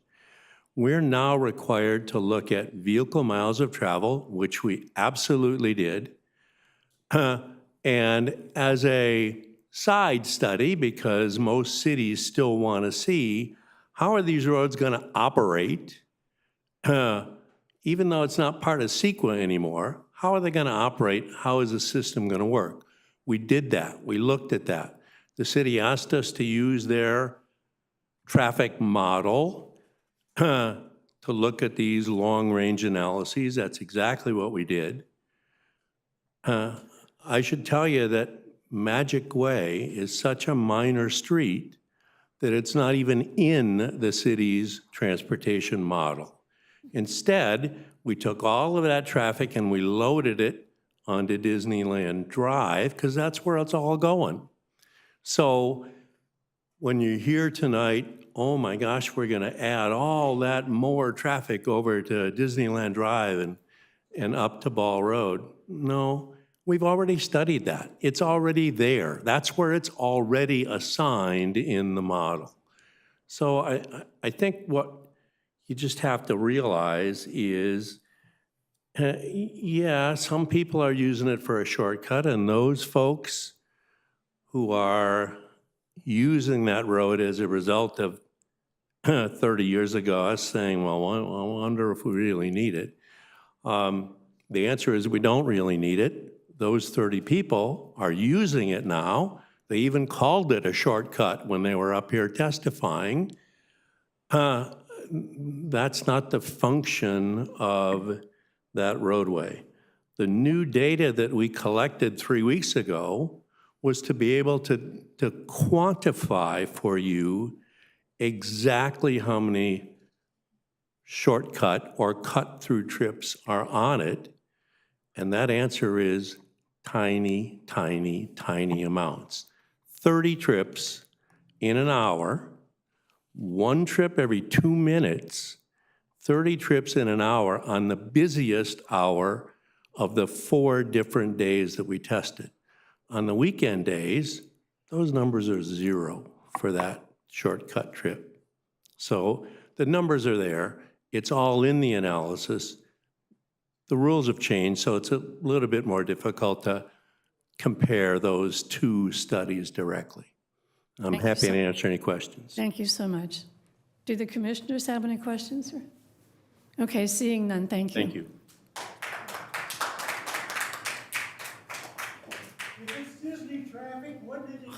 Okay, no, we're not taking questions from the galley. Thank you. Okay, tonight was a workshop. The commissioners are taking no action. We're not approving it. We're not approving it. We're doing no votes. Okay, what's the pleasure of the commission? Do you have any questions of staff or the Disney people? Okay, seeing none, I'm going to close the public hearing and we'll continue. All right. Excuse me, I just want to let the record reflect, we're going to close the public workshop. Public workshop, yes. Thank you all for attending. It's been an interesting evening.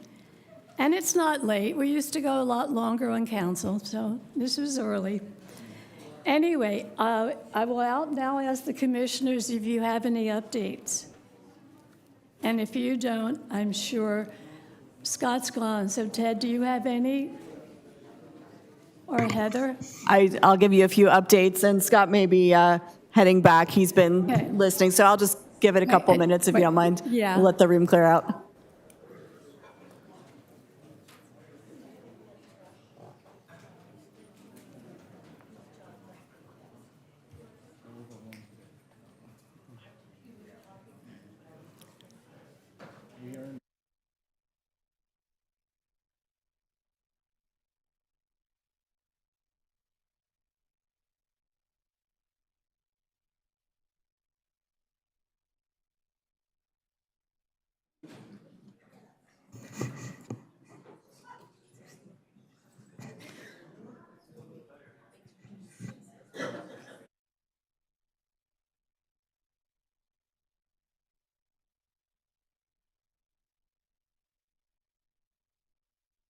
For quietly leaving the chambers. All right, I'll go ahead and give a brief update. So several items which came previously before the Planning Commission will be at tomorrow night's City Council meeting. The first would be the annual code update, which is an introduction of the updates to the ordinances previously considered by the Commission back in January. The La Quinta Hotel and Starbucks project is going to the council for a public hearing. If you may recall, that project includes a rezone of one of the 2 properties, so that project goes forward to the council. And then we also did receive an appeal on the public convenience or necessity determination on the Adventureland Market on Harbor. So that is going forward tomorrow night to the council for a de novo hearing. So that'll be considered on appeal. In terms of items coming before the Planning Commission, we will be back here in 2 weeks for the public hearing for the Disneyland Forward project for those items that are within the purview of the Planning Commission. And we do have one other item on the agenda that evening, which is a conditional use permit application for a commercial daycare business that's changing from a large daycare, so essentially increasing the number of its capacity. Which is first and which is second? We're gonna take the daycare first. Oh, okay, good planning. We did give them an option of a different meeting, but we're gonna take them first as well. And I do just want to publicly, since we are on live stream as well, to publicly thank everybody who participated in this first broadcast of the live stream. It's been a heavily supported effort through the city clerk's office, the PIO's office, and our IT team, in addition to planning staff. So I think we worked out most of the kinks before tonight. You did notice some things that said City Council instead of Planning Commission, but we are working to get the platform up and running to continue for subsequent meetings going forward. So we'll continue both the live stream and the broadcast as well as the queuing system. Thank you so much, Heather. Okay, with that, we are adjourned.